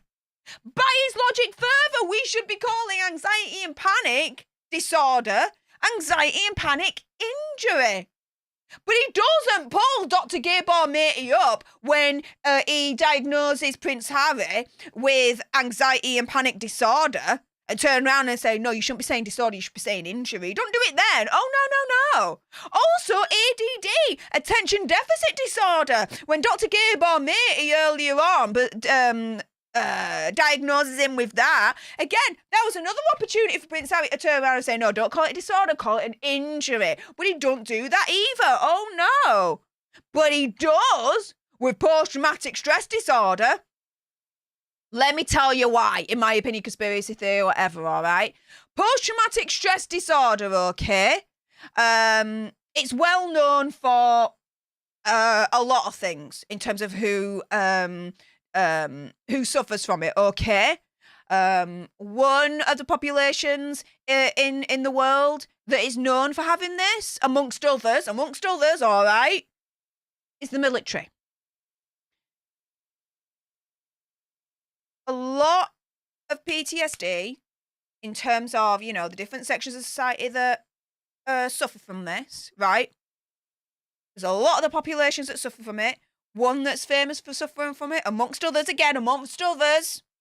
is the military. Right? It serves his purpose of trying to rephrase it here. Because he served in the military, which was an act of service, right? As this book is an act of service, right? So he's going to continue with this act of service, right? And be like, no. We ain't going to treat PTSD as a disorder. No. We're going to treat it as an injury, not a disorder. But anyone that's got ADD, yeah, that's a disorder. Anyone that's got anxiety and stress disorder, yeah, that's a disorder. Anyone that's got depression, no, that's not an injury. No, we don't care about that if it's an injury or not. No. But PTSD, oh, yeah. That ain't a disorder. That's an injury. Yeah. Think about it. It's very manipulative, in my opinion, conspiracy theory, whatever. Why he picks up on that and says, no, that's not a disorder, that's an injury. But he don't pick up on any of the other diagnoses that he's had from Dr. Mate, saying, no, that's not a disorder, that's an injury. That's not a diagnosis, that's an injury. By his logic, every single diagnosis should have the word freaking injury in it. But the thing is, at the end of the day, you could turn around and say it should have the word injury in it because it gives the patient the what is it to know that he can overcome it. But hang on a minute, a lot of these diagnoses, there are treatment plans to either overcome that mental health issue or at least be able to live with it and still have a happy, productive quality of life. He says in this part of the conversation, it's all about the phrasing. It's all about the language that you use. Now, no. It's all about, my opinion, conspiracy theory, whatever, serving his own damn freaking interests. To be like, look, I'm all about mental health and trying to further the mental health conversation. Look at what I'm doing here. Act of service, guys. Look at all my radical ideas to move mental health conversation forward. Aren't I freaking great? Oh, by the way, buy my freaking book. Buy my freaking book because that's an act of service as well to further the mental health conversation in this world. Ta-da! Guess how smart I am when it comes to the conversation of mental health, guys. Yeah, as smart as the shiz that comes out of my backside at the moment. What the frick? Yeah, I ain't going to be calling Prince Harry Dr. Harry anytime soon, let's put it that way. If he turns around and he says, I'm diagnosed with post-traumatic stress injury, I'll be like, freaking walk out the door, dude. Because that ain't in the freaking medical book, a diagnosis. What the frick are you smoking? Oh my goodness. Right, so, if I just scroll down a little bit here, I don't know why it's not coming up, Airdrie, on the program that I use. But Airdrie, thank you so much for that $2 super chat and interrupting me mid-rant with your opinion here, saying Canada NHS plans to call PTSD PSTI due to stigma. There's always going to be a stigma regardless. Regardless of what you call it, everyone knows what it is. It's still going to be a stigma because of what it is. You can't change what it is. There's still going to be a stigma regardless. So by changing what it's called, it's not changing what it is at its core that is really the cause of the stigma. It's what post-traumatic stress disorder is at its core that's causing the stigma, rather than what it's called. What it's called is not going to change anything, because everyone will still know what it is and what it means. And there's still going to be a level of stigma, which is stupid. There shouldn't be. Calling it something different is not going to fix that stigma. It just isn't. So respectfully, Canada NHS can kiss my backside, because that's stupid. That's absolutely stupid to think that's going to achieve anything to try and deal with the stigma. If anything, don't freaking rename it. How about this? NHS Canada. Yeah, it's Stef versus Canada NHS at the moment. Here we go. How about this? Instead of spending millions on whatever, right, changing the diagnosis from PTSD to PSTI, how about going on a countrywide re-education of mental health and awareness and putting all those millions into freaking renaming it to the charities that are trying to try to get rid of that stigma for mental health altogether? Fight the good fight that way. Because changing the name is going to do absolutely BS. It's not even a Band-Aid. That's nothing. That's going to do bugger all. But Airdrie Jones-Reed, thank you so much for that comment. I wasn't shouting or criticising you, Airdrie. Let me just put it that way. Be very, very clear on that. My criticism was against the Canada NHS being, in my opinion, conspiracy theory, whatever. Absolute idiots. Absolute idiots with it. That's ridiculous. It really, really is. If you just bear with me one moment, I'm going to be restarting my comments program that I have that allows me to show your comments down here. I'm just going to restart it just to see if that's going to work and I can see all your up-to-date comments again. Sometimes it does this, and it annoys the absolute shiz out of me when it does it. Let me just restart it now. Hang on, guys.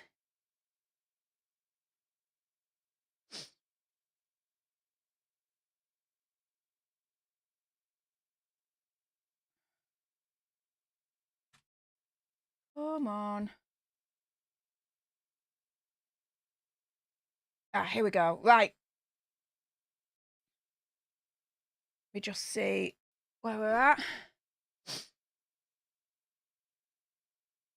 There we go. There we go. Now we've got you on the screen, Airdrie. So thank you so much for that $2 super chat. Really, really appreciate your face. And shiz the freaking bed, Lisa. Whoa. Thank you so much for that. And thank you so much for your personal message behind the scenes. I got it. Thank you. Saying... the fact that he was challenging the doctor is comical to me. Harry is a little boy who never grew up. He is not a doctor. The ego on that man astounds me. Facts. Absolutely agree with that. And shiz the freaking bed, $99.99. Basically $100 super chat. Wow. Lisa, thank you so much for that insane generosity there. I really do appreciate that. All of this, all your donations are going towards upgrading my computer in the studio because it is crashing now. Even midstream it crashes, as it did a couple of nights back, as everyone else has now experienced at this point. So yeah, the computer definitely needs to be upgraded, so everything's going to go towards that. So Lisa and everyone else, thank you so much for your generosity so far. My goodness. Hearts in the chat right now for Lisa for that amazing super chat. I want to see hearts for her right now.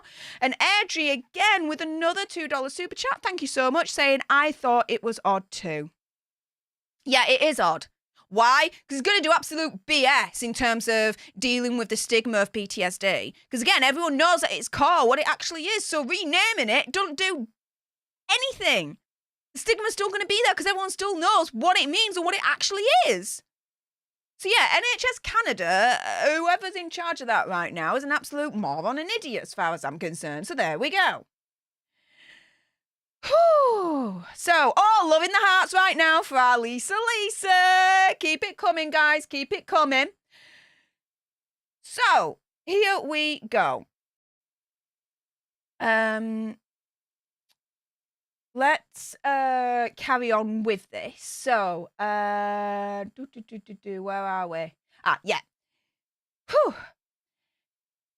They discuss then Harry's use of illicit substances.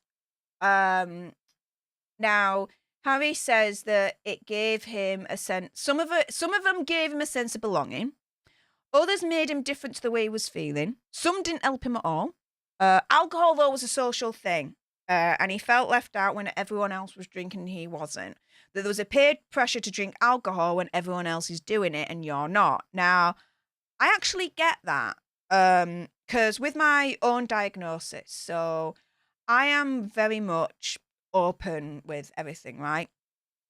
And for those that don't know, I am diagnosed with idiopathic acute recurrent pancreatitis. And even though alcohol is not the cause of my attacks, they actually don't know what's causing my attacks. That's why it's idiopathic. But the doctors have turned around and says, do not drink alcohol at all, because it's like taking a baseball bat to your pancreas. That's literally how they explain it to me.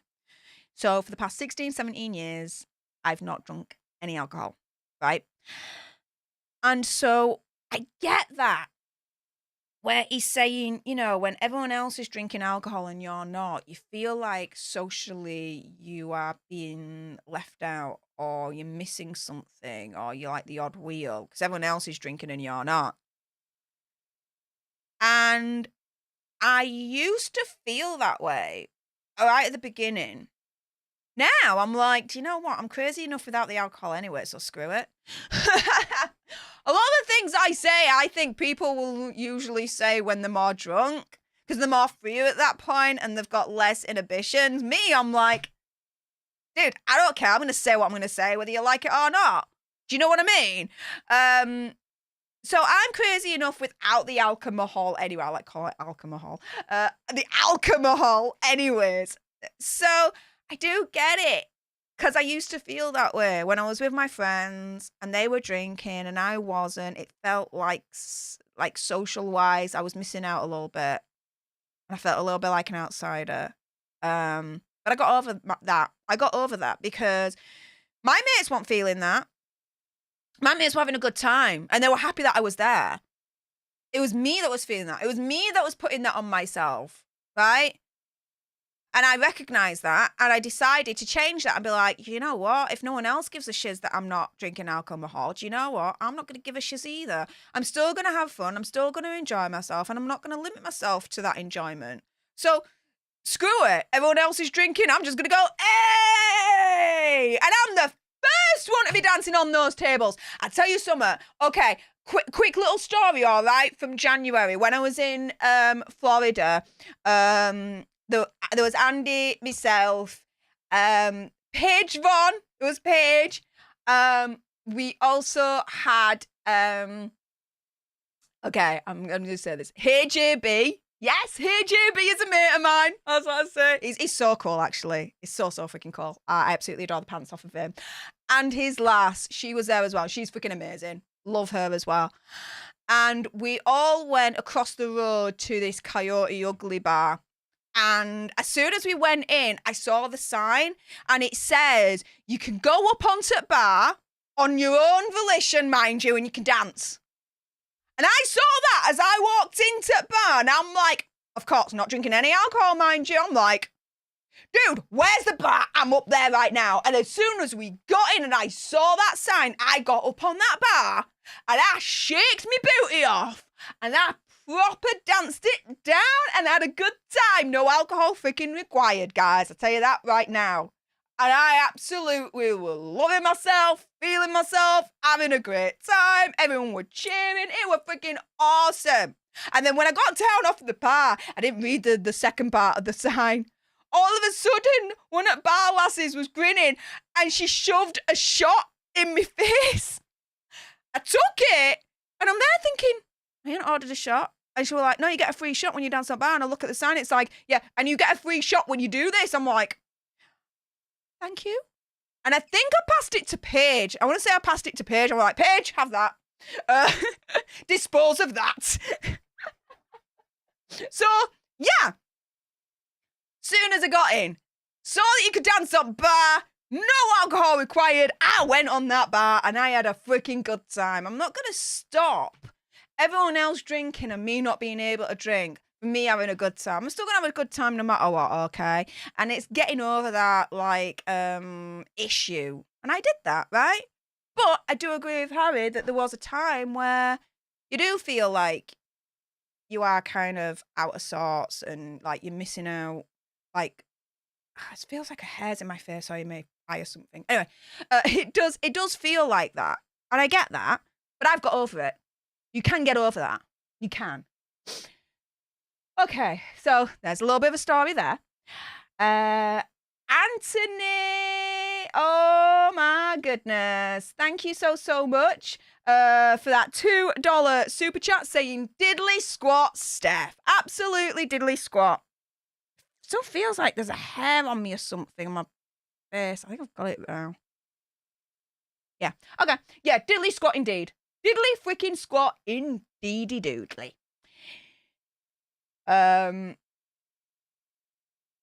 Keep the super chats coming, guys. So, Oh, I think I've just scrolled up a little bit too much. Here we go. But now, as I wrote here, now I'm comfortable in myself to be able to be around people drinking and not feel left out. I am now. I felt left out before, but now I've got over that. And I don't feel uncomfortable anymore. If anything, I feel more than comfortable and I can just party like the rest of them. Simple as. They then go on to discussing healing, okay? And the therapy is the importance of therapy and how it's great and necessary. And I do agree. I do agree that therapy is great and necessary. I've been through therapy. I have. I've been through psychotherapy, hypnotherapy, CBT, which is cognitive behavioral therapy, group therapy. Yeah. And I do think it is great and extremely necessary when you recognize a wound and you need to deal with that and heal from that. I do believe therapy is a big part of that healing process. Absolutely agree. And Prince Harry, in a roundabout way, is trying to say and encourage people to seek help as soon as possible. And again, I agree with that as well. Snaps to Prince Harry. Okay? Guys, like I said before, I'm more than happy to not only criticise Prince Harry when I feel he needs to be criticised, but agree with him and give props to him when I agree with him. When he says something right in my being exposed to whatever. Simple as. I will try and keep things level-headed. I won't be so blinkered where it's always hate, criticise, as the Sussex bots would have you to believe.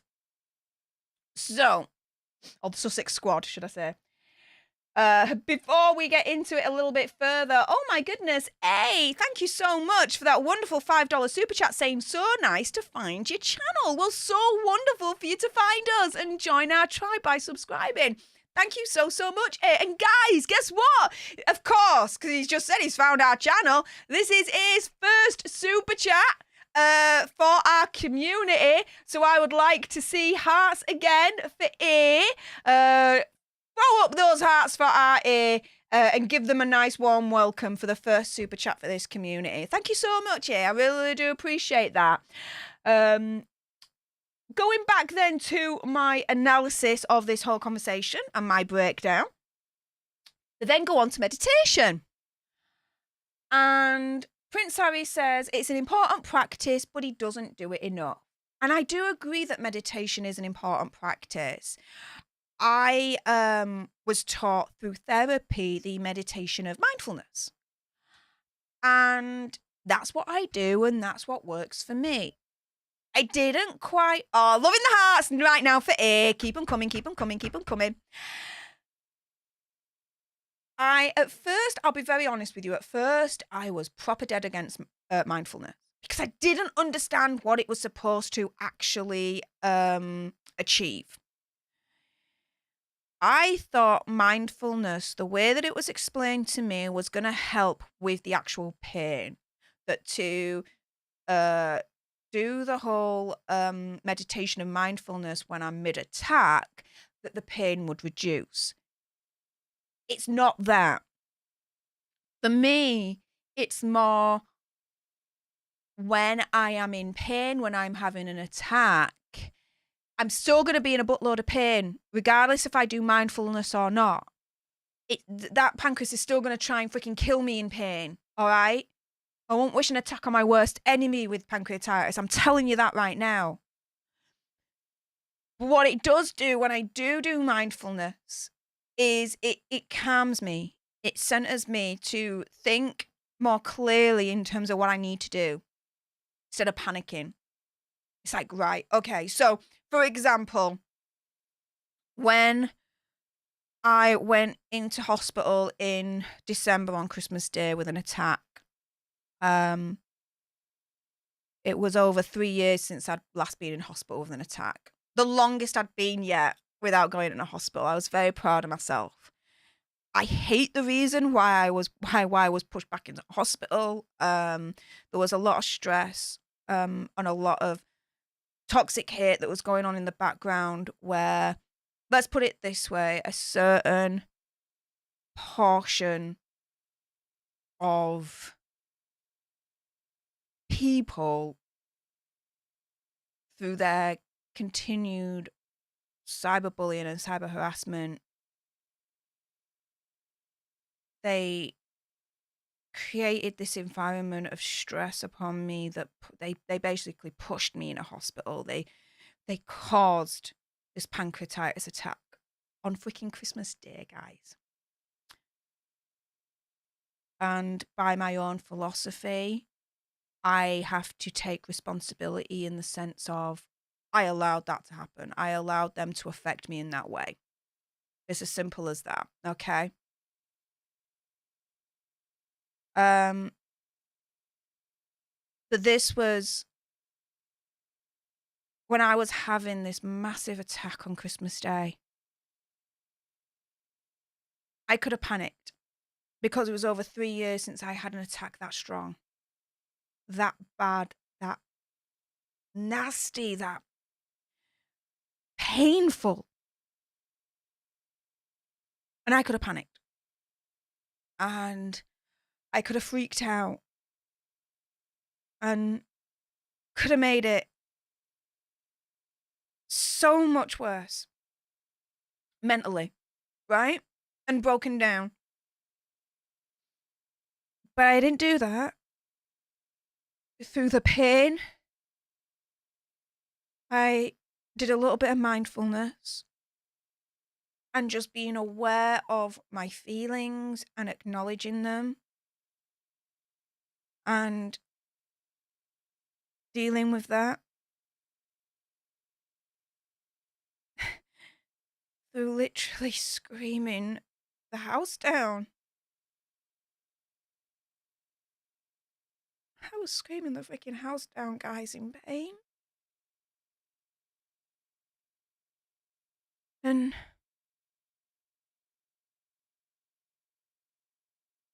I still was able, I'm so proud of myself, I still was able to not let that destroy me mentally, to do the mindfulness, the meditation technique, to acknowledge all the feelings that were coming through and acknowledge them, deal with them one by one, through the screams and through the pain, still be able to direct my brother to tell him what needed to be done in order for me to get the help that I needed from hospital.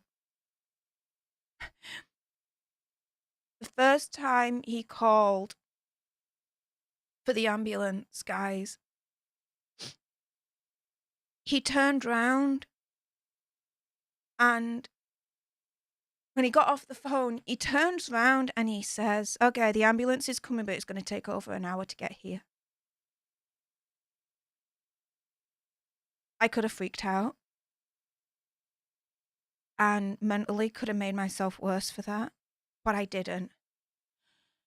I continued with my mindfulness technique and I processed it. And I processed what I was feeling, what I was thinking, and came to the realization of not to panic, not to freak out.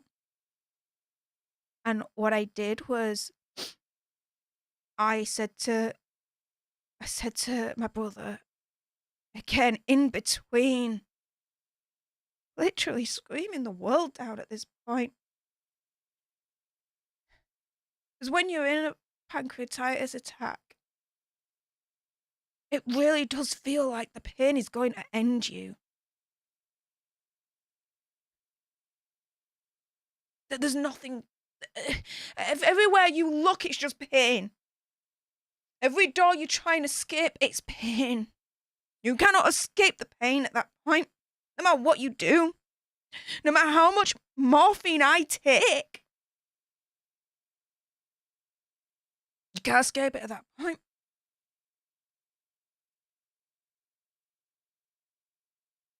Through mindfulness and through centering myself in my head, I was able to summon the strength to turn around to him and say, call him back. Because I'm not going to last a freaking hour. I'm just not. And bear in mind, and I'm not saying this to be over dramatic, I'm saying this because this is true.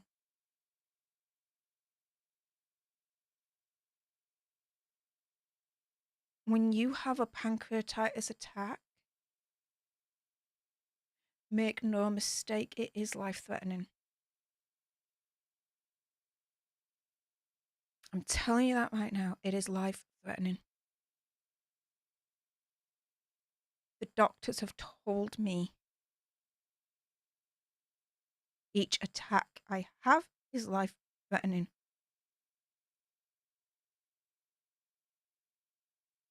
And when I centered myself, when I thought about that, I said to him, you need to call him back. You need to call the ambulance service back. And you need to tell them that this is no joke. This is deadly serious. To the point where this is life-threatening. So they need to freaking come now. And he called them back. And they came within 2 minutes at that point.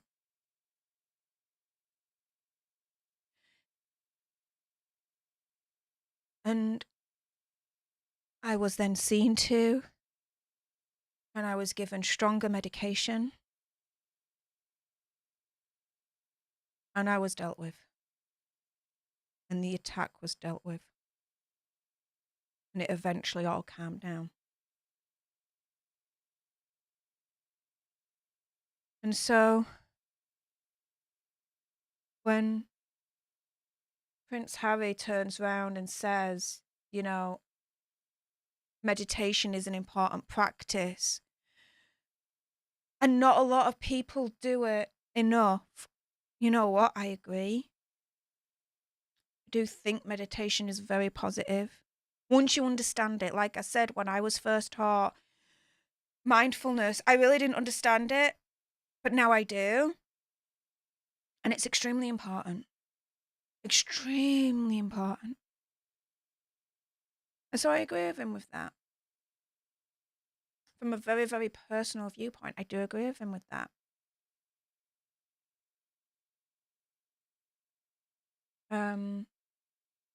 But yeah, so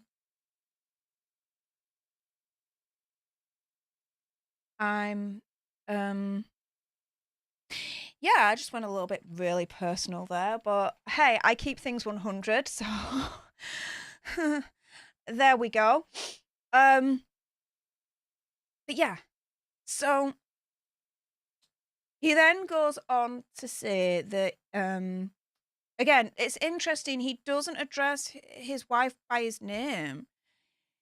He says, my wife was told by people, if you don't have time to meditate, you actually need to meditate twice a day.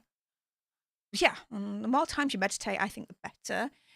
You are able to process, instead of bottling up feelings, you're able to process what you're feeling, acknowledge, process, move on, instead of bottling up your feelings. I think that's a really, really good way of unbottling the feelings in that respect. Prince Harry says that he was brought up in an institution where meditation wasn't considered.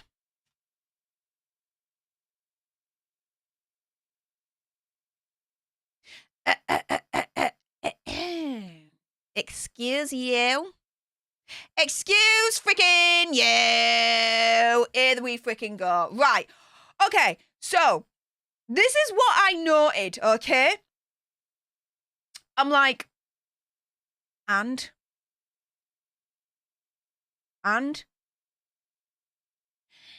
I would actually argue, hang on, let me just, there we go.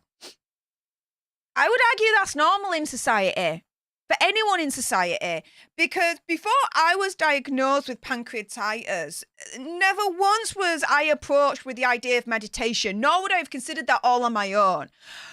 I have been very, very open as well in terms of what I've been through in the past. I am a survivor of SA. And when I was going through all those different types of therapy, not once did any of them turn around and say, oh, let's try some meditation techniques. The closest was hypnotherapy. But that was it. That was it. So for him to turn around and say meditation really, wasn't promoted because he was in the institution, which again, he's reducing his family to a thing, the institution. No, call it your family, right? Call it your sodding freaking family. But anyway, it's wrong. Because everyone in society, in the majority of society, meditation is still not promoted enough. It doesn't matter if you're in the freaking royal family or not. The idea of meditation still is not widespread at the moment. It's not widespread enough. Him trying to blame the royal family on not giving him the environment for him to consider meditation, he could go do one on that. Because it's not just exclusive being in the royal family where they don't give him the idea to do meditation. That's freaking society as a whole, at a large. But no, again, he has to make the point. Royal family bad. Prince Harry, wah. Royal family didn't give him the opportunity to consider or make him aware about meditation. Prince Harry, wah. No, that's freaking society as a whole.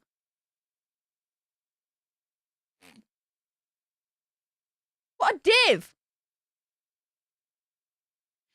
Now, they then go on to psychedelics. Okay, so first up, Dr. Gabor Mate, what he does is he addresses the Sunday Times. And an article that they did last week where it said he was nearly arrested by the Canadian government for using ayahuasca, the Aya plan, on his patients. Dr. Gabor Mate says he was never threatened with arrest. And Prince Harry says it was probably a larger attempt to discredit him before this live stream. Wrong and wrong. Okay, so here we go. This whole thing about Dr. Gabor Mate, I always stumble back into that mispronunciation. Apologies. Dr. Gabor Mate. Again, I reported on this the beginning of this week, okay? And let me show you what I was reporting on particularly. In Canada, it was illegal, and still is to my knowledge, in 2011, for a doctor to be using the ayahuasca on his patients. Now, Dr. Gabor Mate, by his own admission, when he was doing this documentary around about this time, had said for 2 years he was using that on his patients. And guess what? Health Canada turned round and said, stop using it on your patients or face criminal prosecution. Saying Dr. Gabor Mate received a letter in the mail from Health Canada on Monday, warning him, Monday back in 2011, mind you, warning him to stop using it because it's considered a controlled substance and requires proper authorization. So, because he didn't have the proper authorization and was using a controlled substance, i.e. a legal substance, okay? He was breaking the law by giving his patients this Aya plant in Canada. That is what I reported on earlier on this week. You cannot get away from that fact, okay? Now, Dr. Mate can turn around all day and say I wasn't threatened with arrest. And he wasn't. And I never said he was threatened with arrest. But he should have clarified and said I wasn't threatened with arrest, but I was threatened with criminal prosecution because that's technically what was going on there. But by turning round and saying that the Sunday Times got it wrong because he wasn't threatened with arrest, he's trying to sugarcoat it and be like, Sunday Times was completely wrong. No, the Sunday Times wasn't completely wrong because he was still in trouble with the authorities for prescribing a controlled substance that he was not authorized to use, an illegal substance, on his patients for 2 years in Canada.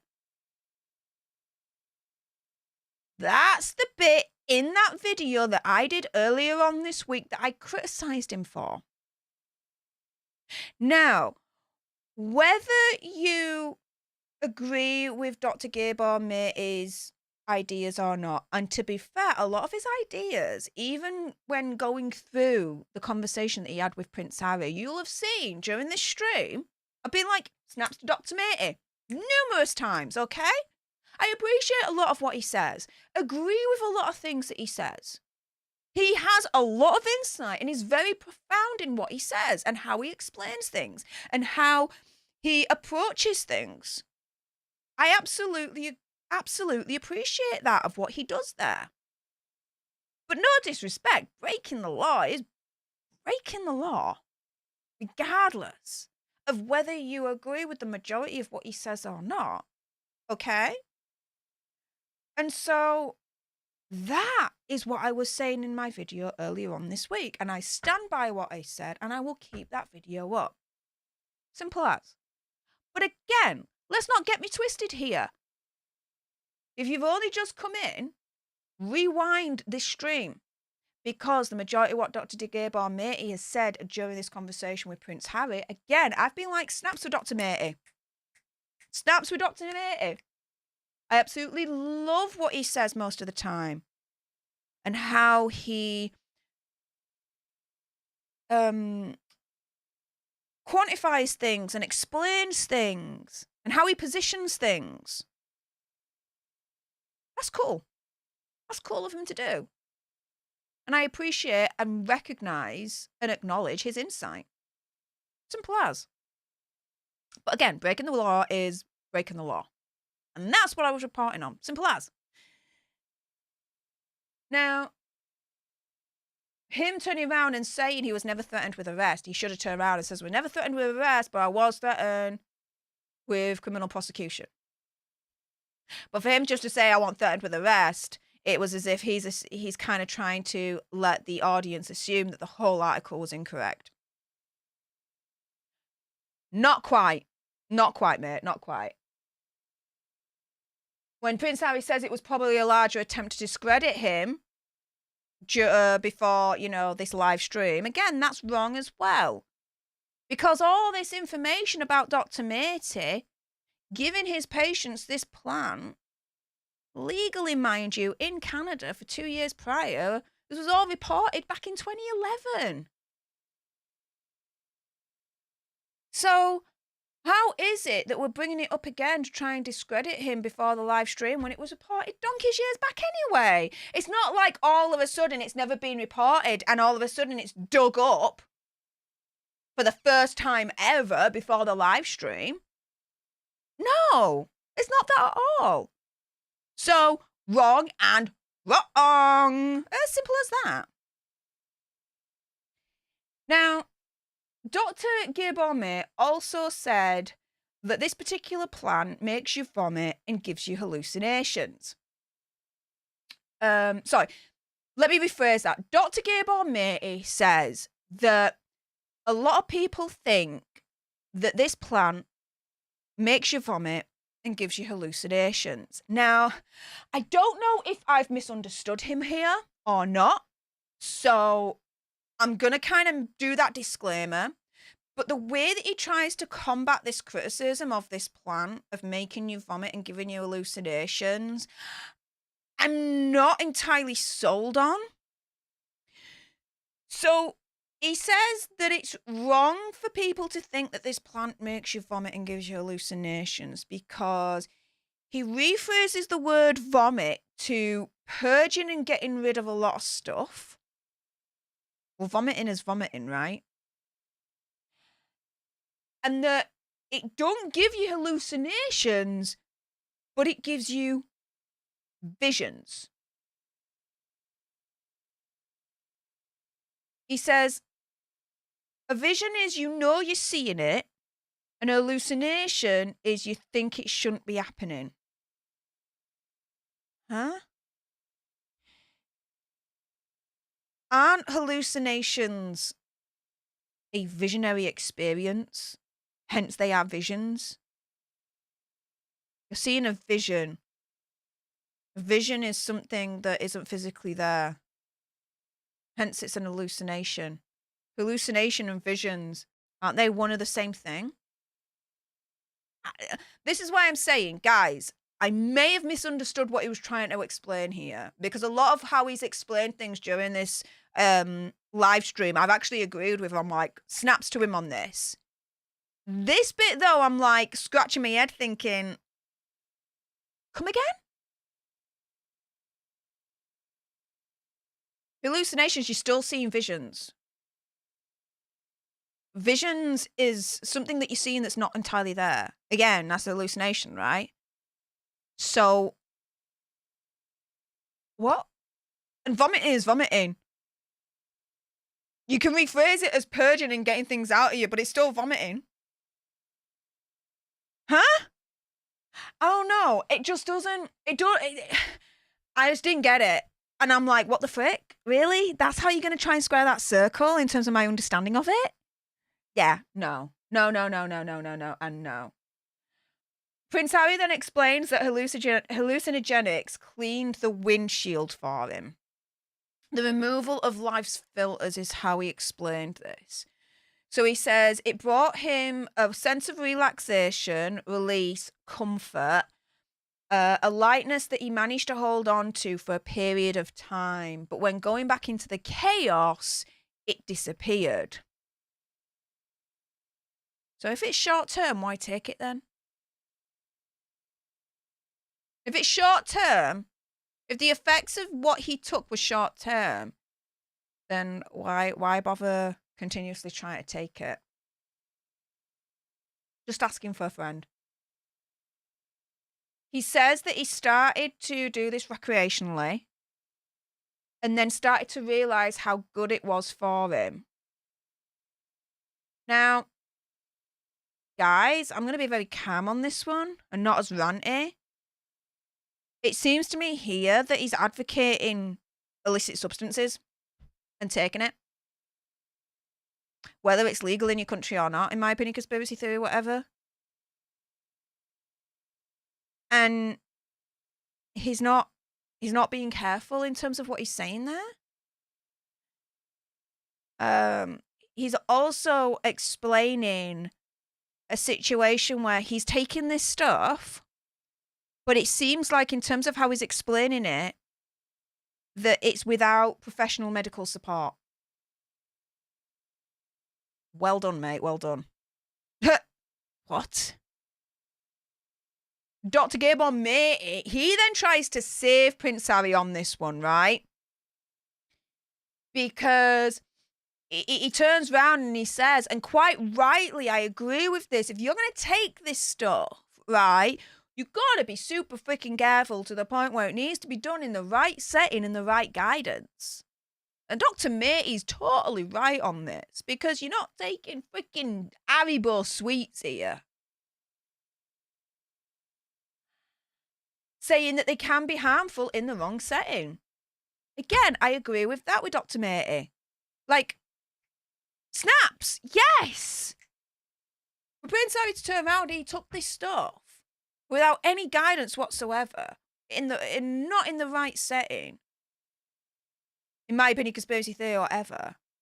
That's very dangerous. Very, very dangerous. And he's advocating that, in my opinion, conspiracy theory, whatever. The frick? Then go on to discussing relationships. Saying his wife saved him. Oh, yeah. Harry says his wife saved him. La, la, la, la, la, la, la, la, la. Saved him from freaking what? I would argue the freaking opposite. There's millions of people in society that don't respect him at all, that take the mick out of him now, right? He is less popular than freaking Prince Andrew, and he's lost his family to boot. So, yeah, okay. Come again. What has she saved him from? What has she saved him from? Really? Really? Because he's a laughingstock. She is too. Prince Andrew is more popular than them right now. Everyone is sick and tired of him. No one wants to hear from him. They're done. And he's lost his family. So come again. What has she saved him from? That's messed up. That's messed up. He explains he was stuck in this particular world. Again, he doesn't say his family. This world. She was from a different world and helped him to get out of his own world. None of where he is now, he says, will be possible without him seeing it for himself, which I disagree with. At the end of the day, I think opinion, conspiracy theory, whatever, there was a manipulation on Meghan's side to be where they are right now, to get him out, to leave his family, to turn away from his duty to his country, to his people. Opinion, conspiracy theory, freaking whatever.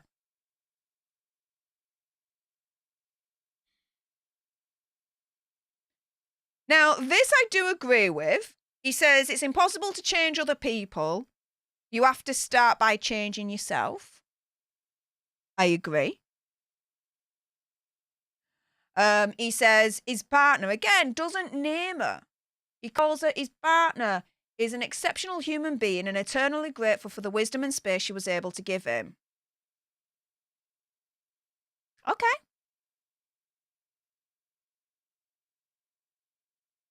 Fair enough. I'm not going to criticise that. I'm not going to drag that down. Okay, fine. I don't believe she's an exceptional human being, but, you know, that's my opinion. He's obviously going to big his wife up and support her and be kind to her and very complimentary of her, as a husband should do and should be like. So snaps to Harry for saying that about her. It's as simple as that. Hands down. Okay.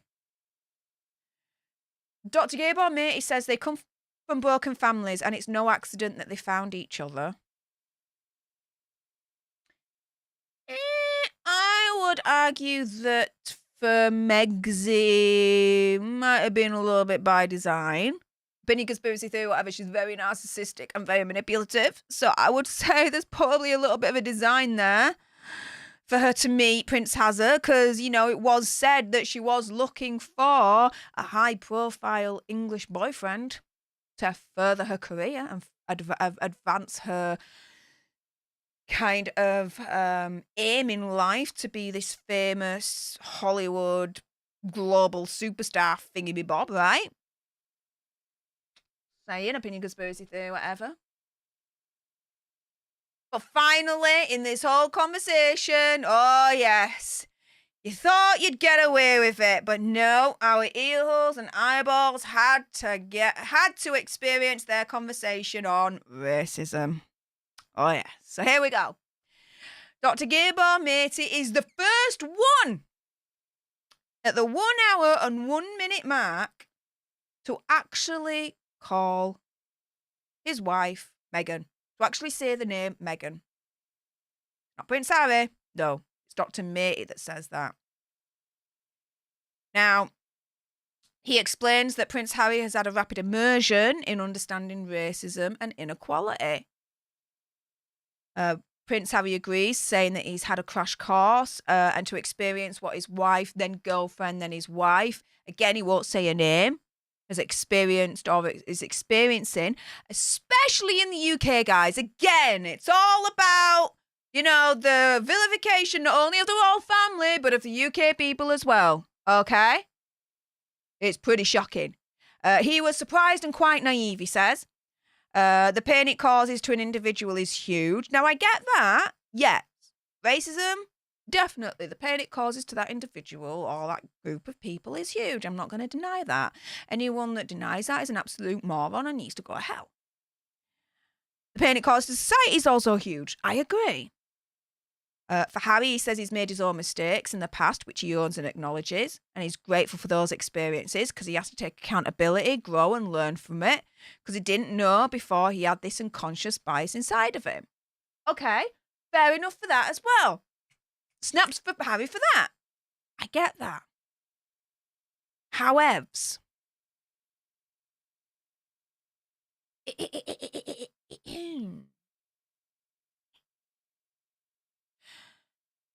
can absolutely bog off yet again of painting the UK as a racist country. Again, trying to square the circle to say that racism is also unconscious bias. He's trying to square the circle because, think about it, in the Oprah interview, Opinion Conspiracy Theory, whatever, he and she accused the roles of racism. But then later on, in the Tom Bradbury interview, a couple of days before Spare is released, he says, no, we didn't accuse the roles of racism. No, we accused them of unconscious bias. Yeah, get effed, mate. What the frick? Squaring the circle? I don't think so. We know what you said. We know what you meant. You accused the royal family of racism. Simple as that. And now, yet again, he's doing that. And he's accusing the UK of vilifying us as all racist. No, I ain't standing for that. I have said this time and time again. When E and Meghan first got together, we were happy. More than happy. We were jubilant. Because we had turned around and we had said, finally, the royal family is coming into the 21st freaking century. They're modernised. We've got someone that's coming in that not only was different and from another country. Sorry, I had a brain fart there. Different from another country, but she also had black heritage with a black mother and all that. We were like, yes, finally, diversity in the royal family. We were here for it. We celebrated her. We loved her. We were interested in what she was doing and what she was wearing. Like, we loved her style. At one point, she was more popular than Princess Catherine. We exalted her. We celebrated her. When they got married, millions of people, we tuned in to watch them get married. We lined the streets of Windsor in our hundreds of thousands. We put up the bunting. We had parties, street parties, everything. We celebrated that marriage. We were so happy. It all turned to rashes when she and Harry tried to then change the rules, change how our society and how our traditions with the royal family work. Now, I've gone into this, so I'm not going to go into it again.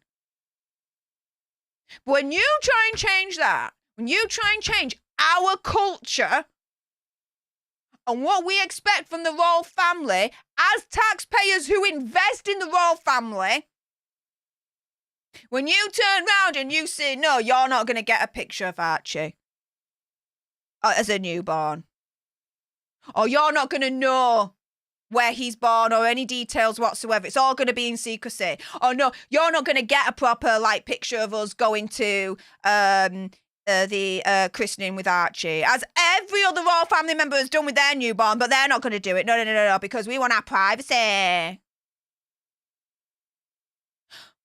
When you try and change the culture, the royal family, and the culture between the royal family, the people, and the press, you're biting the hand that feeds. What do you think is freaking gonna happen? They're gonna be biting back. But make no mistake, for them to turn around and say that the whole damn country is freaking racist, no, we're not. Now, is there an element of racism? Of course, with any freaking country, you'd be an idiot to say there isn't, okay? And there's still a long way to go. There's no excuse for it. It's disgusting. But let's put it this way. There was a poll that came out, a YouGov poll, that said that over 2/3 of adults in the UK do not like Hazza and Megxi. It is a statistical impossibility for all those people to be racist.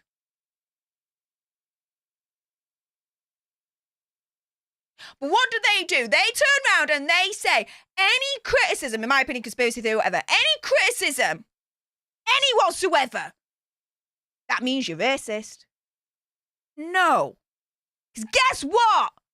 I'm making my criticisms based on what they're saying and what they're doing. I don't freaking care if they're white, black, pink, blue, yellow, multicolored, whatever. I don't care. We're all freaking human beings at the end of the day. We all bleed red. We all shiz the same way and we all pee the same way, right? We're all humans. There's the equality right there as far as I'm concerned. I don't care what freaking colour your skin. What I will do, though, is I will criticise based on what you say and what you do. So for him to turn around and be like, yeah, UK, racist. No, too much of a generalisation. Go freaking do one. Not when we accepted her and we loved her. And we put her up on that pedestal. And we were so happy and so hopeful for the future of the royal family because she was going to be in it. So freaking amazing. We were like, cock a freaking hoop that she was coming in. He shouldn't even dare try and call us racist.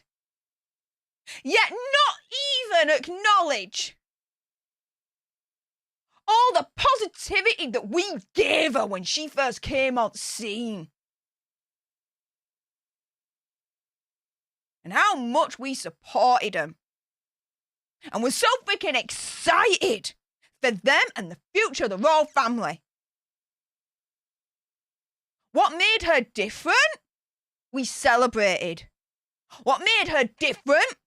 Made us hopeful for the future of the royal family, for the modernisation of the royal family. What made us hopeful? What made her different? Made us excited about how it was going to impact the royal family in such a positive way.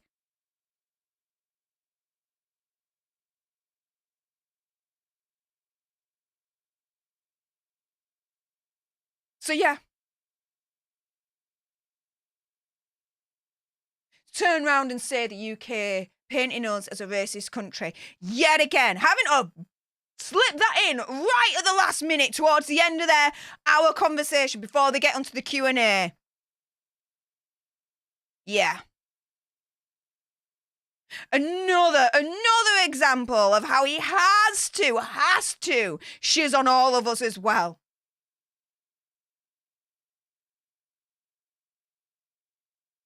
On his country. On his people.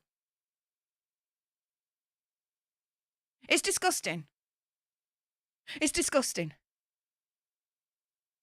And he could go do one for that.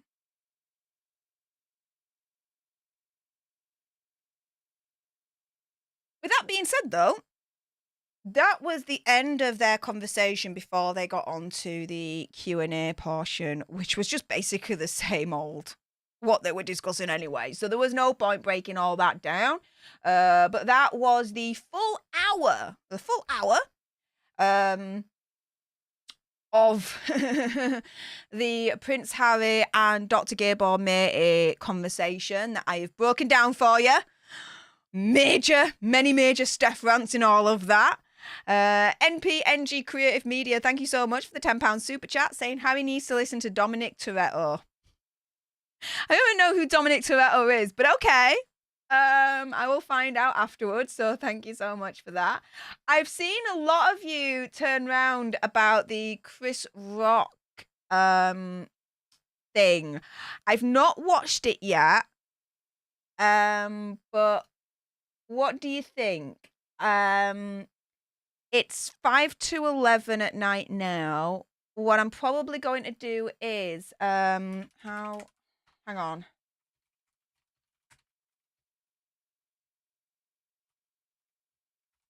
Let me see.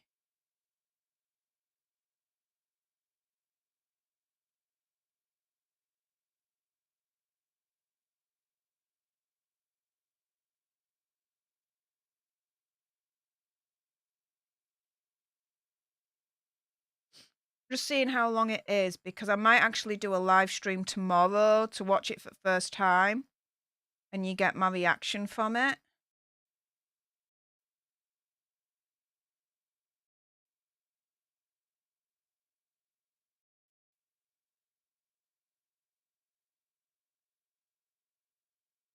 Maybe I just need to go onto Netflix and find out. Hang on.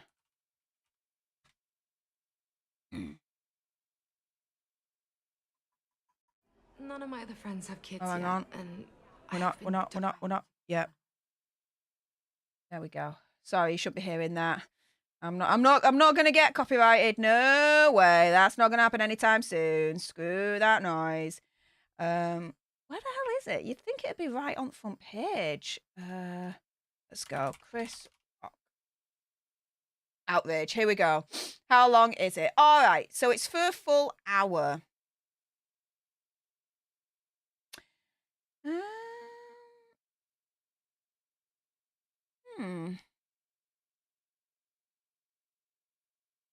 Part of me thinks about ending this stream and doing a new one in like 2 minutes to play this and give you my reactions here and now. What do you guys think to that? What do you guys think to that? Because this stream needs to be on its own in terms of the Prince Harry online therapy session with Dr. Gabor Mate. Everyone, put a 1 in the chat right now if you would like me to end this stream now and create a new stream to start in a few moments for me to watch this live and give you my first live, like, honest reactions to it. What do you think I should do? Let me know.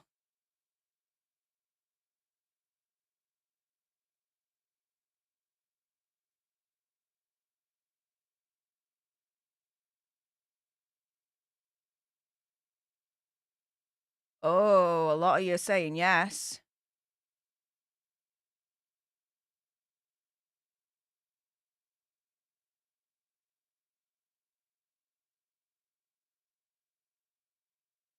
Yeah. A lot of you guys are proper saying yes to this.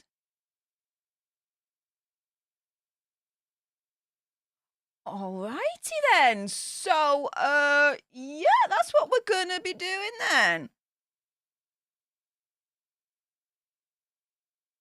Yeah, you did go a little bit overboard with the ones, Jules, but I appreciate the intent behind it.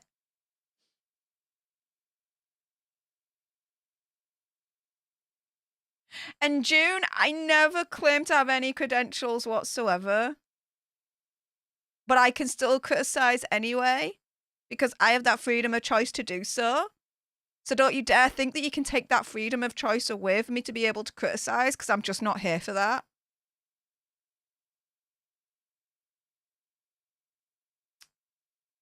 As he has the freedom to turn around and call us all racist in the UK for Prince Harry to do that to us, I have the freedom to turn around and tell him to go bog off. We're not. We're not all racists. Stop generalising the UK as wholly being a racist country, because that's not the freaking case.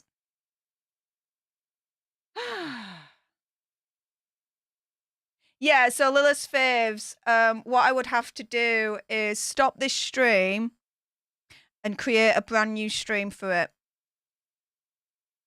That is what I would have to do. But it looks like a lot of you guys are saying yes. So that's what we're going to do, guys. So I'm going to quickly end this stream here. All right. I'm going to be setting up a new stream. Look out for it. That's it. I'm going to do it. Watch live the full Chris Rock Netflix show of him trashing Meghan Markle and presumably also Will Smith. So yeah, let's do that, guys. Let's do that. With that being said, just to end this particular stream before I set up a new one, so I will see you in about 5 minutes. So, you know, keep an eye out on the channel. Make sure you turn your notification bell on. But yeah, if you are still watching live or on the replay and you got this far, shiz the freaking bed, well done. Make sure you definitely subscribe, turn that notification bell on. Help us get to 100k so we get that silver play button right there. Like, share, comment down below your opinion, conspiracy theories, whatever's. Also as well, again, for those that are watching on the replay, you could always consider sending me a super thanks, which is just below this video right here. It does guarantee a response from me. And guys, I will see you shortly live again in the next 5 minutes or so. Let me get it all set up for you as I watch live a watch party of the Chris Rock stand-up comedy special. Oof, how savage is it gonna be? I'm looking forward to this one, guys. So I will see you in about 5 minutes-ish. See you shortly. In a little while, guys.